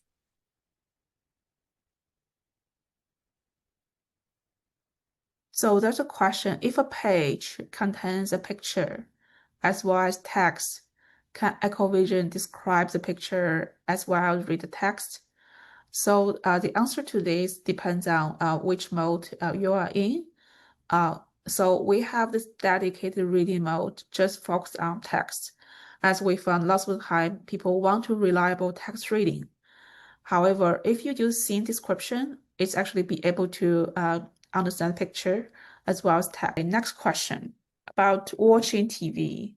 Can you read subtitle of a movie while watching TV? Technically yes, but the latency is probably gonna be, if you're okay with the latency or lag, because it could probably be at least 5 to 7 seconds delayed or behind. But yeah, I could read the subtitles or the captions and then also describe whatever's visually going on. But your first thing that would be better for that is if that TV show or movie has audio description support, that's probably a better experience because that's actually done professionally by a human. But if you obviously need to, it will work. Okay, there's a question. Does the glasses know when you take it off your head? Yes, it has wear detection, so when you take it off, it'll stop talking and it'll go to standby or sleep mode. So here's a question. When wearing the glasses, how quiet is the audio? Which means can other people hear it? It really depends on the audio volume you have it set to. If you have a lower volume, it's intended to be more discreet and kind of point towards your ears, but if you do have it like turned up or at the maximum, then people, if it's quiet enough and if they're close enough to you, they will be able to hear some of it. Okay, so there's a question coming right after this. So can you connect the device to a Bluetooth headphone so that for sure like other people can't hear it? Yes, they will work with Bluetooth hearing aids, and it's the first AI smart glasses for blind people that also support people who are deaf or hard of hearing. So any Bluetooth hearing aids as well as headphones or speakers. We actually had them connected to speakers in Sharon's demo, two different types of speakers, one with the microphone input and then one that's a general just speaker. So next question is more like how to operate the device. Like how do you do a power cycle? We may change the mapping of this. I don't think either one of us too satisfied with the way we currently do this, but at the moment, the top left button, you press and hold it for 5 seconds to power off or on. Right. So the next question is, if I walk into the room and Bob is in the room and he is registered with his name, and can you ask the glasses to help tell me where Bob is in the room? The way our facial recognition works at the moment, you have to press the top right AI button, and if it sees Bob or whomever that's registered, it will tell you, it'll describe the person, and then it'll say, I recognize whoever. But if the camera doesn't see that person, it can't tell you where they are. Yeah, unfortunately, the person has to have his face facing the camera of the glasses to be recognized. If you scan in the room and he's facing a different direction, unfortunately, we cannot recognize him or her at the moment. Okay, next question. When is shipping to Canada? So we plan to ship to Canada right after we start shipping to the US. So depends on when you did the pre-order, you may receive this year. And next question. Kevin, can you start reading mode through voice activation? Yes. Any of these modes or any of the interactions are all can be voice activated, but the thing we wanted to prioritize and make sure as possible is that you didn't have to talk to it, because you should talk to people and be social and not antisocial and talk to your glasses or technology, but there is that option if you want to. Okay, next question. Would a LiDAR sensor offer additional information such as distance to a door, chair, or other object? It is possible consideration for EchoVision. Yeah, things like LiDAR, radar, and kind of things for obstacle detection or for determining distances are things that we love to. Again, feel free to join our EchoVision community on Facebook and Google groups, or either one, wherever you prefer, social media or email list, and post that there. And then in the future, at some point, we will have a webinar dedicated towards what would you like to see in the next generation of EchoVision. And things like LiDAR would be greatly appreciated to have considered and talked about there in our brainstorm session. Okay, the next question is, are there more voices available? Technically we're using Google text-to-speech, so any of the Google TTSs that are available, we can support pretty easily. If there's a particular voice that you're interested in, again, feel free to post it here, but for better capturing or kind of feel free to share that to our community, the Facebook and the Google groups. Join EchoVision, post it there, and we'd be happy to consider it. And the reason that's probably more of a community thing, and the reason I bring that up is it'd be great to see the specific voices that the community wants, so we can prioritize those. Okay, next question. Can you do a demo outside? So we might not be able to do a live demo outside, but we can definitely work on doing recorded and pre-recorded demos outside. Yes. So we actually, if you watched our product launch video, one of our tester, she was actually using the glasses in the park. Yes, it works outside.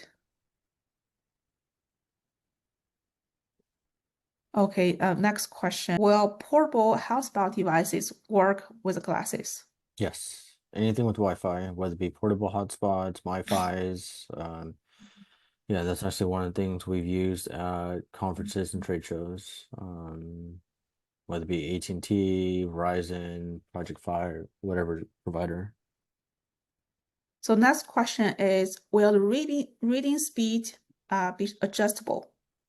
Absolutely. That was the number one thing I brought up last year. And in our app, EchoVision app, we have a speech rate slider that you can, I think it goes in 10% increments. You can go from 1.1 to 2x to like 3 or even faster. You can make it talk extremely quickly.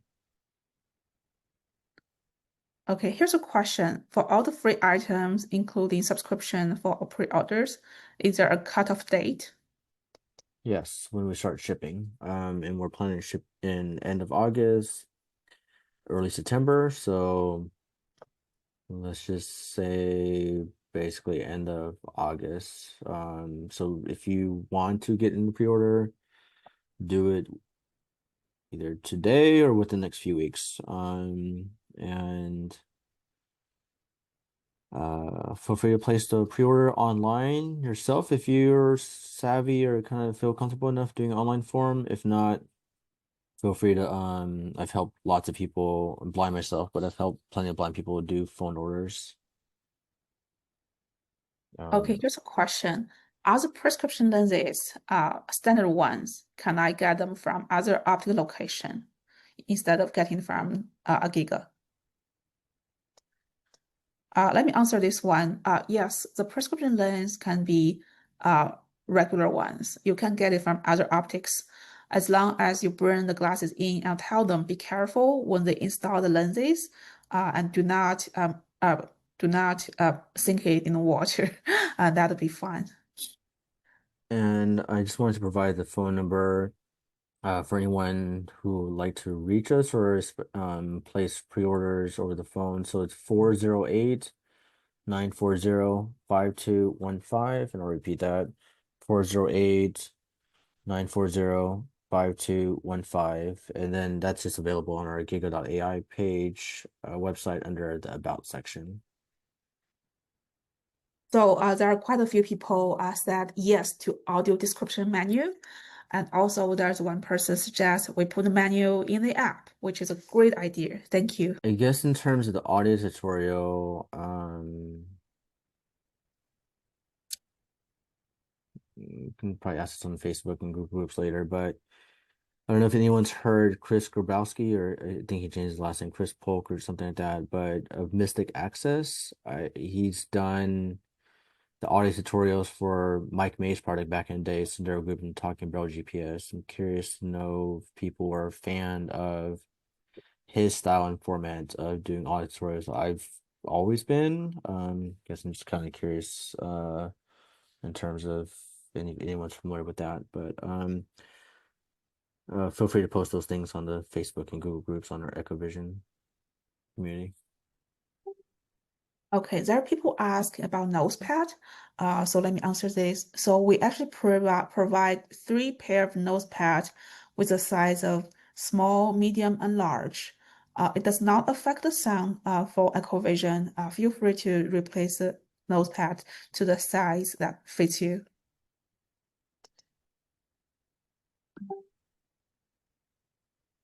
Okay, there's another question.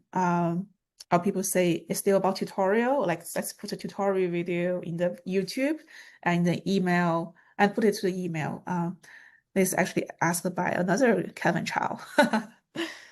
Okay, There's another thank you. Kevin Chow. I thought it was Yeah, only it's like, one. oh, someone hacked your account. Oh, there's another Kevin Chow. Hmm. Okay, thank you for your question. Yeah, it'd be great to meet another Kevin Chow. That'd be cool. Please send me an email. So you never met another Kevin Chow before? Nope. Yeah, Wow, send it to how you found him? kevin.evangelist@giga.ai or give me a call. Okay, so here's a question. Like, will the black standard frames look like ordinary eyewear? Yes. So the color style with it being black, they look like stylish, sleek, lightweight sunglasses.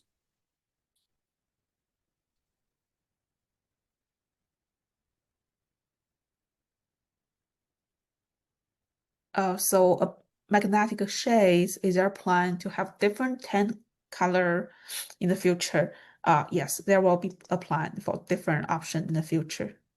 And if you have a preference of specific tint level or color or what have you, feel free to might be a more community thing. So again, join and post to our EchoVision Facebook or Google groups and start a discussion there. Okay, we have like 69 questions left and 89 people still online. It's a little bit over noon in Pacific time. So thank you so much for everyone who stayed. We'll continue with the questions. If you have no more questions, feel free to leave and you're welcome to stay if you like. We'll try to finish all the questions. So there are people ask, oh, I have sent you my lens prescription. Will that speed up my shipment? No. We The appreciate. sending the prescription does help as far as us knowing the information in advance, and we appreciate you being proactive. But the shipment of order is based on the pre-order sequence, so it's really based on when you pre-ordered.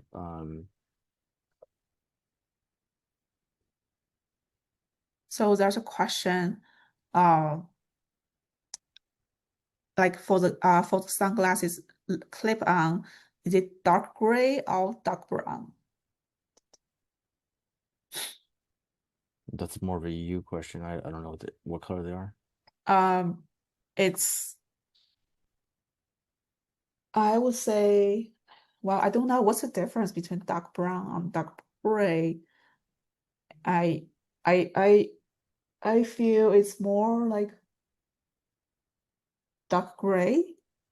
I think it's fair to say it's dark gray rather than dark brown. It's not quite brownish. It's more towards like just black, but not that black. So it's more gray, I think. So here's a question. Tell me something about the live AI mode.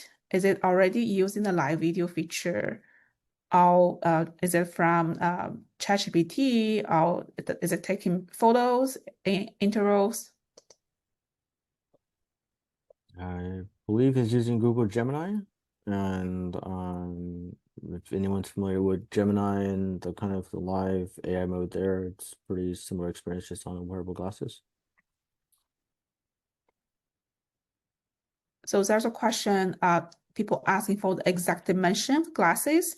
Thank you for the question. We'll put that on the website. We'll provide exact dimension of the glasses, the lens size, and the temple lens, things like that. Thank you. Yeah, something just thought of if anyone happens to be in the Bay Area on September 5th at 1 p.m., we're doing an in-person demo at the East Bay Center for the Blind in Berkeley. So if anyone's not had a chance to do a face-on demo or they want to see it closer towards ship time, feel free. We've shared that through the Facebook group as well as I think the Google group, but feel free to join. Okay, so there are a question about warranty. Sorry, we may confuse you earlier on in the webinar. So there's a manufacturer defect, which is covered for 12 months. If that happens, we'll get you either replace your part or get you a new pair of glasses. However, accidental damage is not covered. By default, you'll have to get a special care plan to cover that, and we'll announce that later on.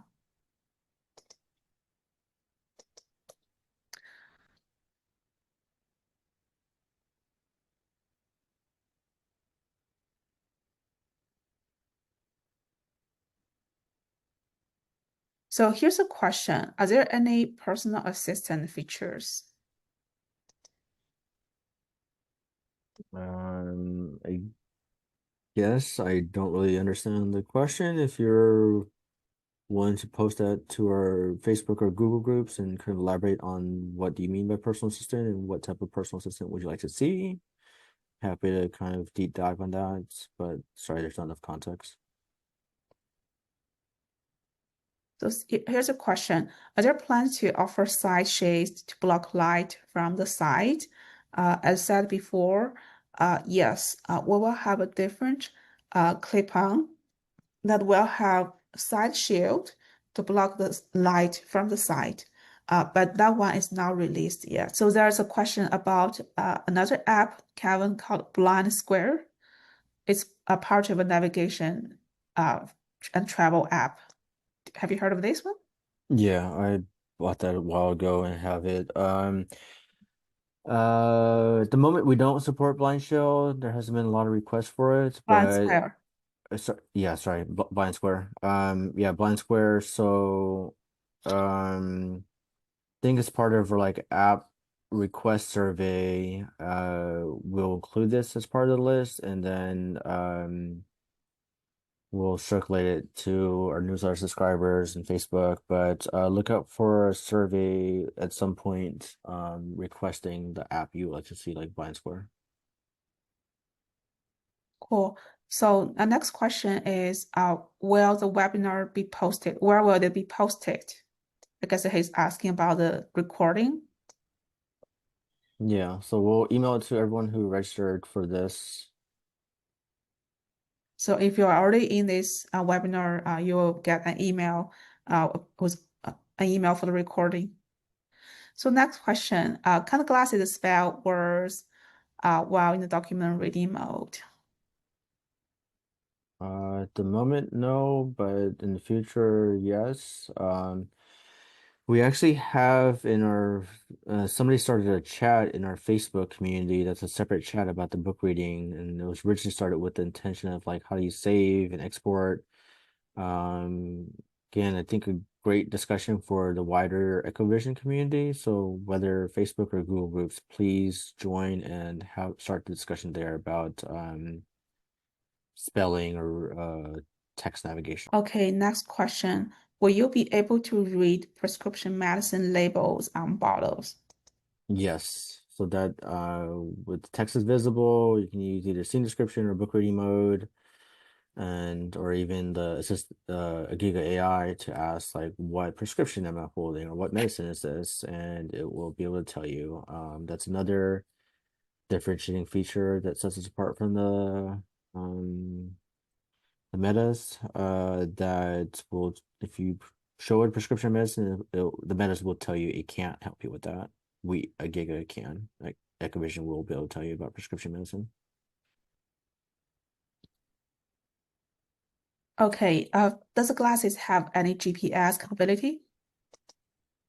When you're using it with not built in, there's not a dedicated GPS receiver, but it does work as a Bluetooth headset with your phone. So if you have GPS running and you have spoken turn-by-turn directions or things like Blind Square, Voice Vista, Soundscape, any of those things, you can hear and listen to the audio feedback through EchoVision. And also to add on that, when you use EchoVision and Era, you are able to get Era the GPS of your position. We got a way to support Era's GPS if that's a question you're asking. Okay, next question. Does it work as a navigation in the airport? It's a similar question, like specifically to the airport. I guess the answer to that is we support whatever navigation tool you use on your phone. We can help you hear all these instructions, and we do not serve as a navigation tool on our own.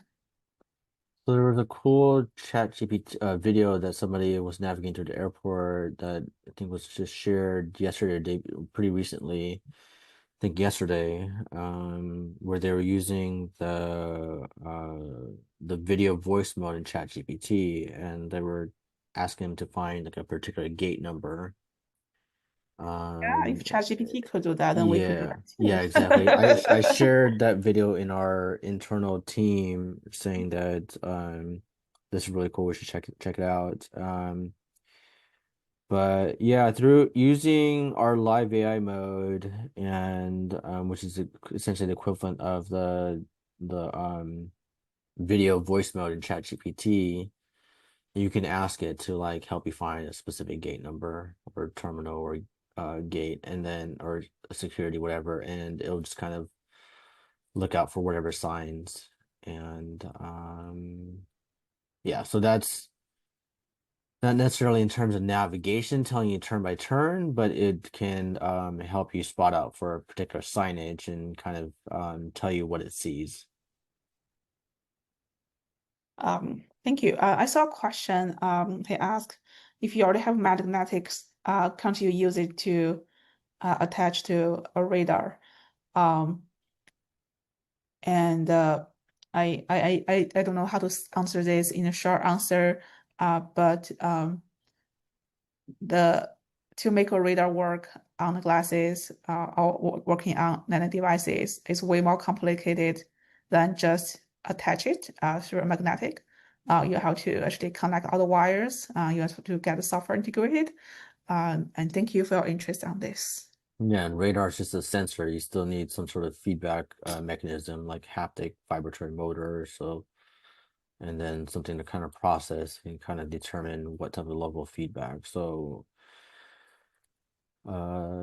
we would love to invite you to our next generation brainstorming ideation kind of whiteboarding session to kind of ideate around these things. But that's later on.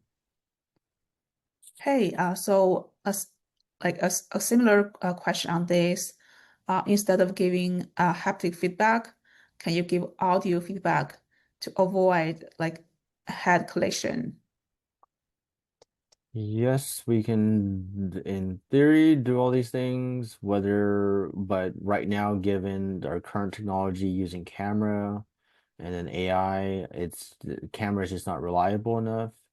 And then AI is takes time to send to network for AI to process, describe it, and text to speech to read it out. I would really, really recommend that we get either LiDAR or radar or whatever sensor to actually properly detect obstacles and distance properly, and then we can do haptic or auditory or both. Or people just prefer audio, but we need the sensor first. So here's a question. Like, could you recommend a headlamp that could work well and not create shadows for the glasses?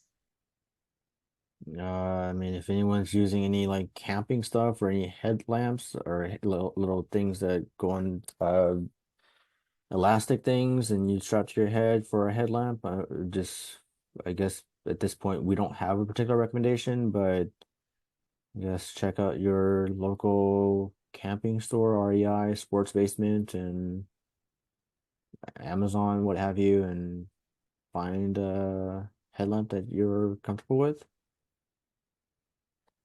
Okay, next question is, how do I develop apps to use EchoVision camera and AI? We are an open platform in terms of we support third-party apps that's loved by the community. However, we are not an open platform for developers. I know some platform you can use to develop things like this. Shoot me an email and we can follow up on that. So next question, can AI tell if there's mold on raspberries? I think that goes into like the safety health thing, and we haven't officially tested it, or it's just really intended to convert the visual information to audio, but I guess whether or not the AI can or can't, what I would recommend is connecting with a human professional trained agent or a volunteer like I or Be My Eyes to do a second level verification against that. And um, yeah, Yeah, next question. I enjoy gaming on Xbox and PlayStation. Could live AI help with reading menus or actual games like Hogwarts Legacy? Oh, I love the Harry Potter games. it could help with reading the menus, potentially, but if you want like the real-time audio descriptions of like the game in action, I think it's too laggy, a little too slow for that. Okay, next question. If the glasses are replaced due to a warranty claim and I pre-ordered, and do I have to pay the subscription for the replacement device? I guess the answer is no. Yeah. Once you pre-ordered, you have this status that give you uh, free subscription for the lifetime of the device. However, if there's a warranty claim, which means something wrong with the device itself, and we'll fix it by getting you a new device, but also I'll make sure you keep your pre-order status. Okay, so there's one question asking why we use Google Groups. They think Google Group platform is not user friendly for people who use screen reader. I wonder if you have any comments on this, Kevin. So we looked at a variety of different platforms, and I mean, for the most part, where people are getting mailing lists is through the email directly. So whatever mail platform you use, whether it be Gmail, Outlook, or Apple Mail, or whatever mail clients, for the most part, you shouldn't have the need to interact with the web interface of whatever Google Groups. And then the other thing is kind of, I guess, as far as our internal tool, we use all kind of the Google suite of applications and products, like Gmail, Google Meet. So it just made more sense to just use Google Groups. And I guess I also we work at Google for a few years and find that Google Groups, a bunch of different Google Groups with a different blindness, technology, and kind of accessibility tools that blind people are on, and Google Groups seems to work reasonably well. I know there are other platforms like groups.io that are a little more popular in the blind community, but when we looked at those groups.io, there was it essentially came down to finances, and it costs so much per user, and if you have over so many users, it costs more money. It just became like not scalable and extremely expensive to use Groups.io for us being a very frugal, scrappy startup. Okay, next question is very interesting. If EchoVision is an open platform, would you consider partner with Neuralink in the future? That's a great thing, and actually it's funny because at NFB, well, two things. Actually signed up last year for Neuralink as in their patient registry, and then I also a few weeks ago at NFB, I happened to connect with someone that works in Neuralink and was telling them about EchoVision, and they actually think that what we're doing is pretty exciting and really empowering, helpful, and useful. But I think it's a kind of a different area where it tended to be like a wearable or something to provide real-time access to real-time audio describe the visual world and kind of empower blind people versus what Neuralink is. It's a brain implant that actually requires opening up your skull and surgically implanting something, and then their market is really focused on people who are totally blind or can't see anything at all initially, and then providing them a very low scale, kind of almost Pong or VGA style, like grayscale type of eyesight. And it's they don't really intend, or it's going to be impossible to provide like full human eyesight or supervision or any of those things that Elon Musk has promised or talked about. Okay, the next question is, um, like I'm not sure I forgot the question, but the question is, will second generation software updates transfer to first generation? I mean, if it's second generation software for second generation hardware, it's probably, I mean, whatever we can technically support, given the first generation hardware, I think we're going to do as much software updates as we technically possibly can. But hardware doesn't last forever, especially in this new wearable glasses space. And I guess we can't necessarily promise updates forever, and especially if we have second generation hardware that's going to be using second generation software. I guess probably short answers don't know and maybe not. Okay, next question. The magnetic shades, is this for the tint through the lens or for the side light protection? I answered this before, it's through the lens. We will have side light protection in the future, but not now. And the next question is, like, can you choose a finish of the lens, mirrored or colored mirrored? This is a very good question. I need to confirm with our vendors. I do not know this for sure. It's an option we could have, but we do not have an answer for sure. So that's for the tinted lens as part of the frame. For magnetic shades, we do not have mirrors, unfortunately. And also people ask about if it's polarized or if blocks UV. I believe it has UV protection, but it's not polarized. So the next question is a companion app in beta yet? Will we receive a link to download the app in test flight? So I guess that leads to an open, interesting question. We are going to be doing different waves or phases of beta testing. It's going to start with people who pre-ordered. And so we'll initially be starting in like the local Bay Area for proximity reasons, and then expanding out kind of geographically. And then as you are among the selected few to be a part of the beta test of the EchoVision glasses hardware, you will also be invited to the EchoVision beta app through Test Flight and Google Play. So here's a question. Would it be possible to obtain the regular size glasses and return if they do not fit, and then exchange them for the smaller frame later? So to answer this question, yes, if you if you did the pre-order and you received the glasses and the size does not fit, yes, you can return it.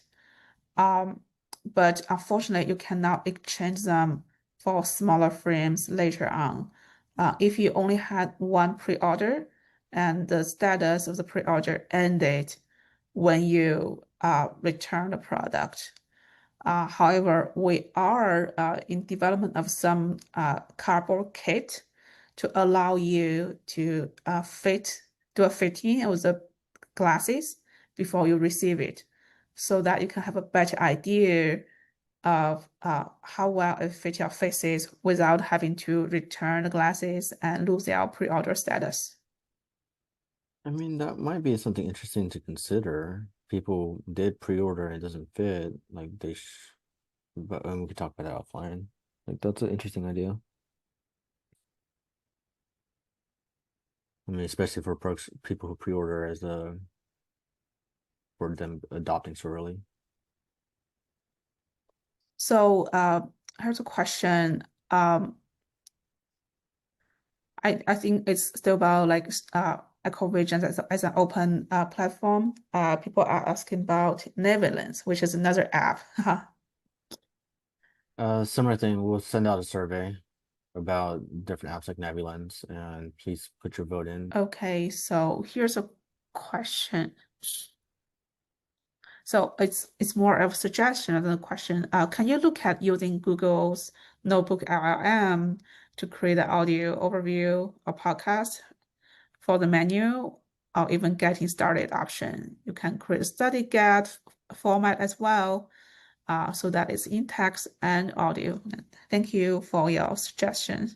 That's a fantastic suggestion. That'll save my voice because I'll probably then end up recording it. So yeah, we can write everything in text and feed it to Yeah, Notebook next time we LLM. just write FAQ and we post it, we post the audio, and it's pretending Kevin and Xiaoran are in conversation, but it's actually generated by Google Notebook So LLM. next time we're gonna just feed our outline and questions to Notebook LLM, and then we'll Yeah, have it do the webinar. that's a great idea. Great idea. It won't even have my accent on. It won't have my tone either, so perfect. Thank you for the suggestion. I really love our community. Well, there are some question we still to get over.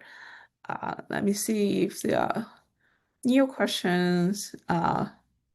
There's a question about how to do it in public when you do not have access to Wi-Fi, then please use your phone. Hotspot. Hotspot. Okay, here's this question. There seems to be lots of things associated with the buttons. Like, will I be able to customize what to do with the behavior? Like press a button instead of doing scene description, can I do it for something else? No, this is the first time somebody's brought that up. I think for default, unless there's a lot of requests for something like this, it's just gonna be probably confusing and kind of the support difficulty. But feel free to join our Facebook and Google groups and look up EchoVision and see if there's other people interested in this. But at the moment, no. But there's high demand. We're all about making this for the with and by and for the community. And here's a question. Is there a way we can adjust how quickly we need to double tap, triple tap, or quadra tap? Unfortunately, no, this is something cannot be adjusted. So I think that we should actually see about adjusting because that's more of an accessibility need as opposed to a preference because some people with like motor dexterity things have certain things where they can only press so fast or they might press more slowly. So we Mm, do need to have options of extending or changing the timeout for that. This is more of an mm. accessibility need as opposed to a preference. So yeah, there's different things that have it, like even voiceover and talkback, they have like how fast you need a double tap, like a timeout threshold. So I think this we should look into supporting for I would accessibility say reasons. there are lots of decisions go behind this because you do want say if you adjust the wait to be longer, then the latency for one push will be longer. So I do see where the suggestion come from. I think we do need to think about it seriously, how to um, do the trade-off between uh, like ensure the experience uh, of certain group of people while ensure a better experience for the other group of people. Okay, here's a that's a question very interesting. So when doing books, flyer, could you ask for a summary or ask questions rather than just read the entire doc? I think we had this question earlier, but at the moment the book reading is just start to finish. You can stop or exit, or you can kind of have read the next page, but we do plan on making it so you can summarize and ask specific questions. Yes, that summarize is something like lots of AI could do. I think we're showcasing a special feature we have, like only we have, we can do the reading aloud line by line. So there's a question about Era. Do you have to have an account with Era to use it? Do you have to have the app installed? So let me answer this. Yes, you do need an account with Era if you don't have one. We're planning to allow you to create one very easily if you never use Era, and this will be something come with the shipment of the glasses. And we're also trying to get some perks for people who are not Era users, which means 3 minutes. But I cannot promise for it yet. This is just like early spoiler for you. And if you do not have the app installed on your phone, but you have the Era account, you can still log in to EchoVision using your existing account. Say if you use it somewhere else, you can still do that. Yeah, I Thank you. guess the other thing with Ira, people may think Ira only works in a paid like mode or paid plan. They offer what's called Ira access locations or Ira access like specific task type of things where there's different companies and businesses that sponsor minutes as an incentive or perk for doing business with these different companies. And then also Ira itself offers like 5 minutes free every so often. So Yeah, there for the are 3 minutes, ways. I'm not sure we support it yet. Right now, it has to through a paid plan. But that's definitely something we can consider.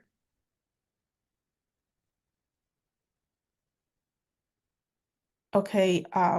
People ask, I will work with Be My Eyes. Yes, we work with Be My Eyes. Again, we do not demo it yet as Era is something unique we have. You can call Era directly using the command, and you can do similar things with Be My Eyes as well.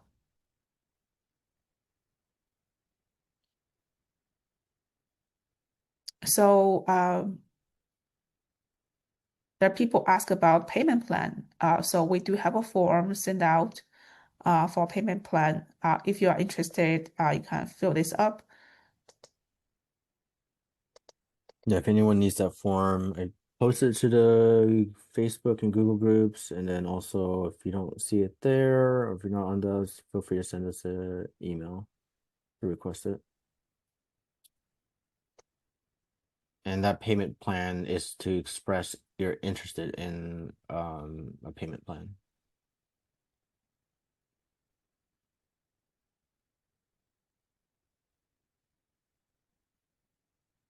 Okay. That person asked, is there any plan to integrate with WhatsApp?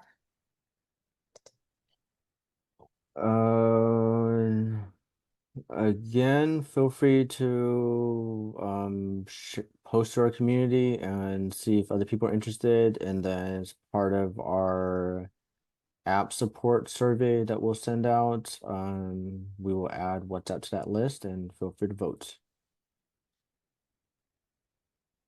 So here's a question. Probably a direct connection to the phone via USB would reduce latency and for faster processing. I thank you for the question. I can see you come from a tech background. Yes, using a wire cable is definitely will ensure a more stable and a faster connection. However, it comes at a cost. One cost is Apple actually does not allow you to do so with Lightning cable. Unless you have a newer phone that's released in the last 2 years that has a USB-C cable for iPhone, you cannot do this through the Apple Lightning cables, which means probably half our customers won't be able to have this.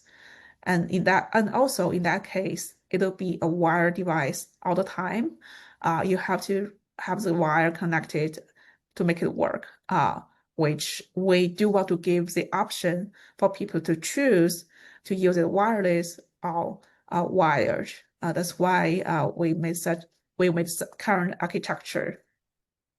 I guess from a practical user experience perspective, Ira had a thing called Horizon that did use a micro USB-C braided really long cable. They repurposed the Samsung Android phone and made their own glasses and hardware. Well, after you got everything all wired up and you got the Ira person on the line and stuff like that, the connection was solid and the bandwidth was better. It was very cumbersome, very tedious, and just every time I got wired up, it looked like I was like ready to go to like the military and go to like war type of thing. It was not like a consumer type of thing, and plus,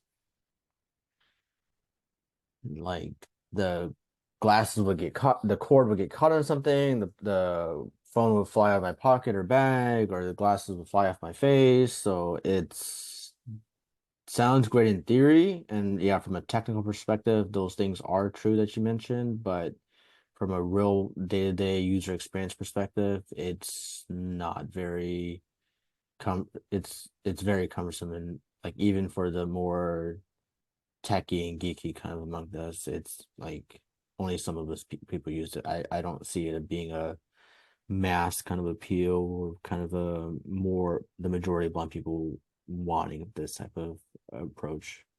Well, that's your opinion, Kevin. Thanks for the question. So there's another question asking, oh, why do you say call human agents instead of say error? I have to confess, our algorithm is still improving, and sometimes it has trouble recognize error. Because error is not a known name, it's something made up by the company. Some people, it's interesting, like reminded me, there was another blind friend who I have said he cannot find my name on his contact list because my name is in Chinese, Xiaoran, and like the voiceover had trouble, Siri had trouble spelling out my name by his voice. Similarly, the challenge we have with error is our algorithm may not pick up error all the time. This is something we are definitely improving. We'll do better job. But right now, human agent is a safer way to trigger error calls. And another question about Be My Eyes. You can call Be My Eyes, or you can say call volunteers. It'll be guided to the volunteers. As to called Be My Eye groups. Unfortunately, I do not have the answer to this question on top of my head. Hopefully, we can answer it in the future. Okay, next question is very specific. So when I choose a clear lens and select the dark magnetic lenses, do I have to take off the clear lens first and then put on the dark lens on? How do I put the dark lens in front of the clear lens? So let me answer this question. I would really love to show you this in person if possible, and you'll know it once you feel it. So the magnetic clip-on is a piece of accessory. It's a shape of a glasses frame, and it has magnetics on it. So what happens is when you clip it on, it stays on the front of the glasses. It covers the whole front of the glasses so that the original clear lens stay there. It's just another cover on top of that so that you do not have to take off the original lens. You can keep the original lens. It just now with another cover of lens, it changes a different color. Yeah, I can try to describe it. So the clear lens will stay in the frames itself, and then these we have magnets both on the outer part of the existing lens and frames, or the frames itself, and then these magnetic shades have magnets on them. So like any kind of magnets that you've kind of may have be familiar with, they just when they're properly aligned, they just magnetically attach. So it's an attachment that just adds on top of, so the shades goes over top the existing clear lens and they magnetically attach, and then when you're ready to take it off, you just pull it off and then pull off the shades, and then you have clear. So the benefit of this is you have more control of when you want clear versus shades. So the next question, will verbosity be a setting upon release or later down the line? I would say this is be a setting later down the line. But overall, if you want verbose description in detail, use scene description mode. That's when you'll get lots of detail and pretty much maybe too much than you want. But if you want brief description, use live. The answer is usually shorter. It'd be great if you wanted to start a discussion on our Facebook or Google groups about this, and what level of verbosity you want, if you want like high, medium, low, or if you want specific things filtered, or if you want like a list of toggles type of thing. It kind of love to design and build this with the community of what verbosity means to you. Okay, so next question is about shipping logistic. So this person is asking if I receive email to verify my delivery address, does it mean you already have created my frames with my prescription lenses inserted and ready to go? So the process actually is slightly different. We'll ask for your address together with your prescription lens requirement.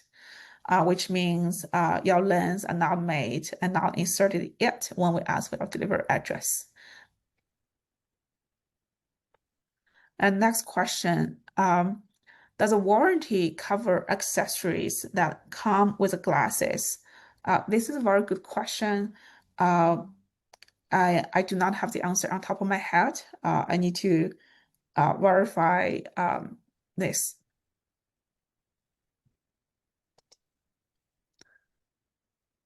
So next question, people are saying one thing seeing AI offers is it can recognize text in different languages. And also, yeah, he said like text recognition in other languages would be extremely useful, even if the user interface is still in English. Well, that's a good suggestion. Thank you for the feedback.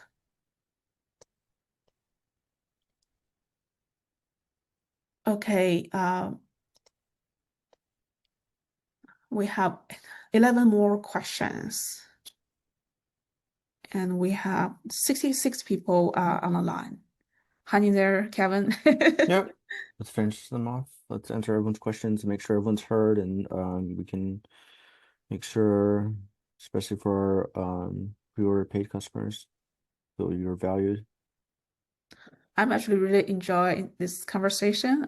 Thank you for all the questions and suggestions. So the next question is, will you be able to order tinted glasses and get tinted magnetic clip-on instead of getting clear lens and magnetic clips on? Say you want to order tinted glasses and magnetic clip-on to make it super dark. Of course, you could. We fully understand there are people who are super sensitive to light. They want dark when they want a certain level of tinted level when they are inside, and want it to be even darker when they go outside. Yes, this is something you could do. Okay, some of the question like, can we have more than one voice? Can we receive a companion app, which has been answered?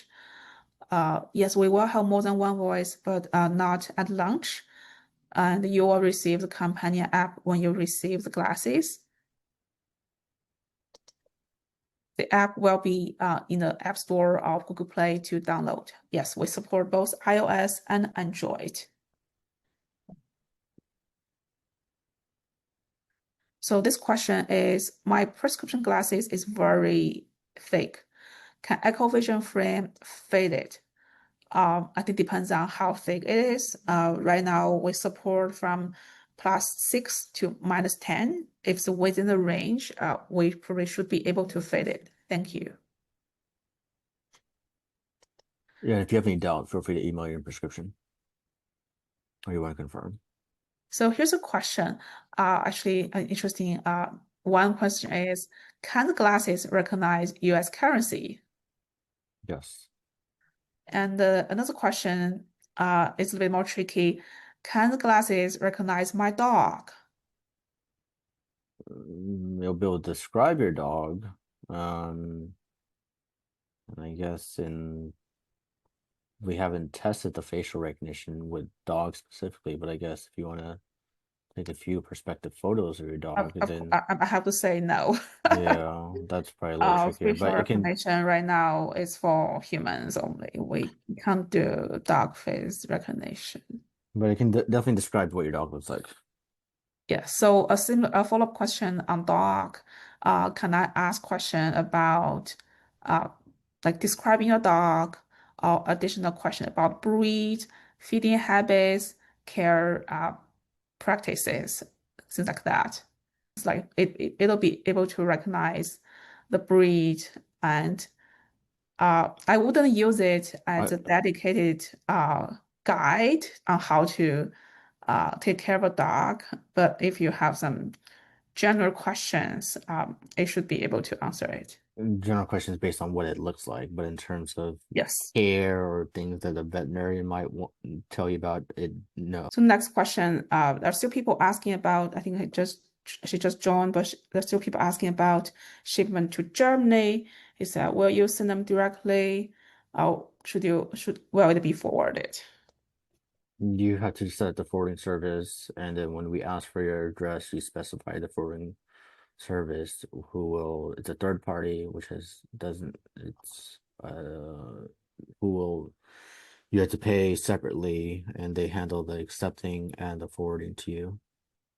And if we have a list of forwarding services that other blind people have used who pre-ordered, so if you need that, feel free to contact us through Facebook, Google Groups, or email. Okay, so here's a question. So where is the manufacturer?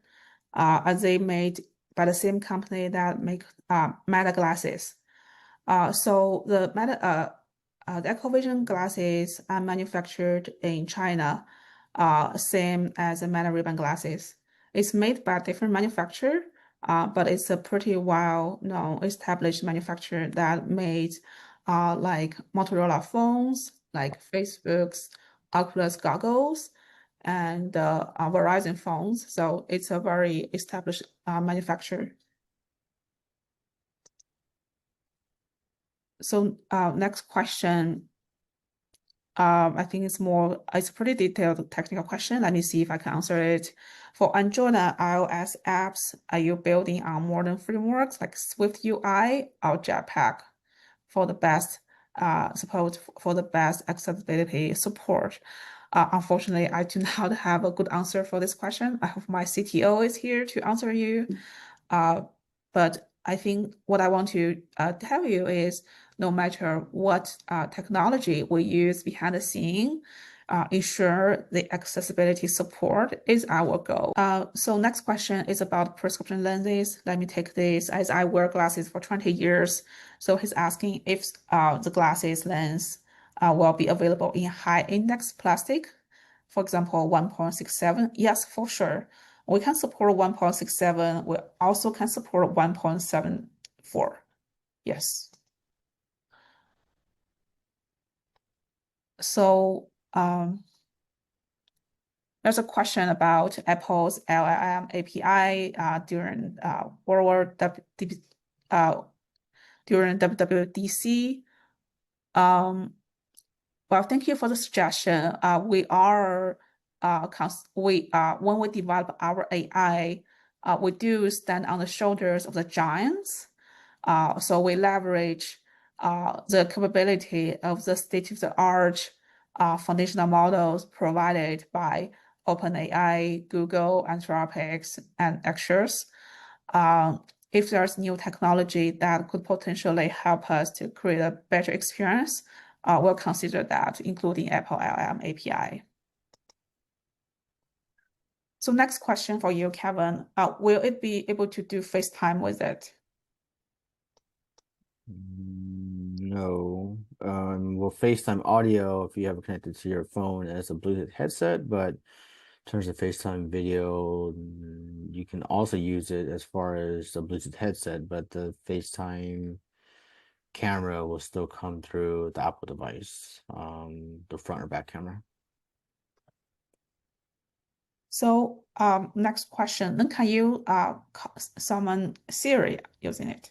Yes. We can summon both Siri as well as Google Assistant. And can you answer phone calls? Yes, you can answer phone calls with it.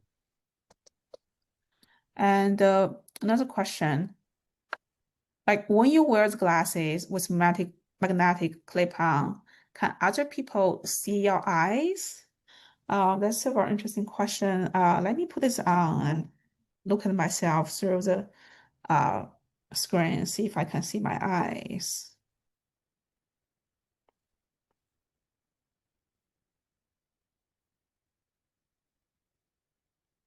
I don't think you could. Yeah, I think it's dark enough to block the light, and your eyes are not visible to other people. I think the reason for this, people may have like prosthetic eyes, or Yes. kind of their eye may not like quote look normal-ish or Right. whatever. So Yes, got you. So I think what you could do is first you could order the super dark lens for the lens that goes in the frames, and also on top of that with the magnetic glass with a magnetic clip-on, it should get really dark and people won't be able to see your eyes. Okay, I thought we finished all the questions, but there are more questions coming in. It has been 3 hours. I would say we need to call an end of it. Let's answer the last 5 questions. And for people who have more questions, please email us. We'll try to cover that in the future session. well, at first priority, I think we should do a Facebook group and Google groups, try to have the community, because it might be a question that might benefit Yes. a wider audience. So Yes, you can that's join the EchoVision Mhm. Facebook and Google groups and ask your question there first. Yes, because some of the questions people ask are already answered by us. And if you post this in the group, other people who know the answer can help you. So let's help each other so that you get the answer quickly. So the first one is, can I wear this at work? How well does this work in the workplace? Yeah, you can totally wear it at work. I mean, depending on your work environment, it can help you with a variety of different things, whether it be describing the scene, reading out text, describing people, recognizing familiar faces. And then you can get the professional training agent or volunteers to help with anything that the AI can't help with. So, are there topics that AI will not answer? No. So we are one of the only ones that are like kind of whatever the glass camera can see, we will auto describe. So there's no like bias or no censor. Okay, so here's one last question. So he's asking, how many devices are you manufacturing on the first run? I guess the question is more of how many people are going to receive the first batch of devices. I'm not sure. I mean, I don't know if you want to disclose that, but that's kind of a, Yeah, I would say it's probably not a question we would like I to don't want to disclose. disclose. But what we could share you is we will start with a small batch in September, and then we'll do a second batch with a larger number, and the third batch with more. And we're trying to fill up the backlog for people who ordered last year, and then it's basically first order first. We would like to share the timeline. We will have a better idea of this. Thank you for your question. I think what we can say is anyone who has pre-ordered, we're going to do everything we can and do our best to have it to you between September and the end of the year by Christmas. So, um, you should, if you're hearing the call, you paid and you pre-ordered, you will get yours this year. Okay, thank everyone who joined the webinar. Has been 3 full hours today. Though we have a smaller number of people, smaller number of participants today, but we got more questions, and we totally understand it. And thank you for your passion. I hope your questions are clear. And please join our Facebook group. So on Facebook, do a search of EchoVision, and on Google Group, do a search of EchoVision as well. That's where you will see other fellow people who also heard of or ordered or love EchoVision, and you can discuss and ask a question there. And we'll also show more demo videos there as well. And thank you, everyone, and hope you have a good rest of your day. Yeah, welcome to the EchoVision prepaid paid customer community and Giga's mission to empower every life. So thank you, everyone. Empower every life. Bye-bye. Bye.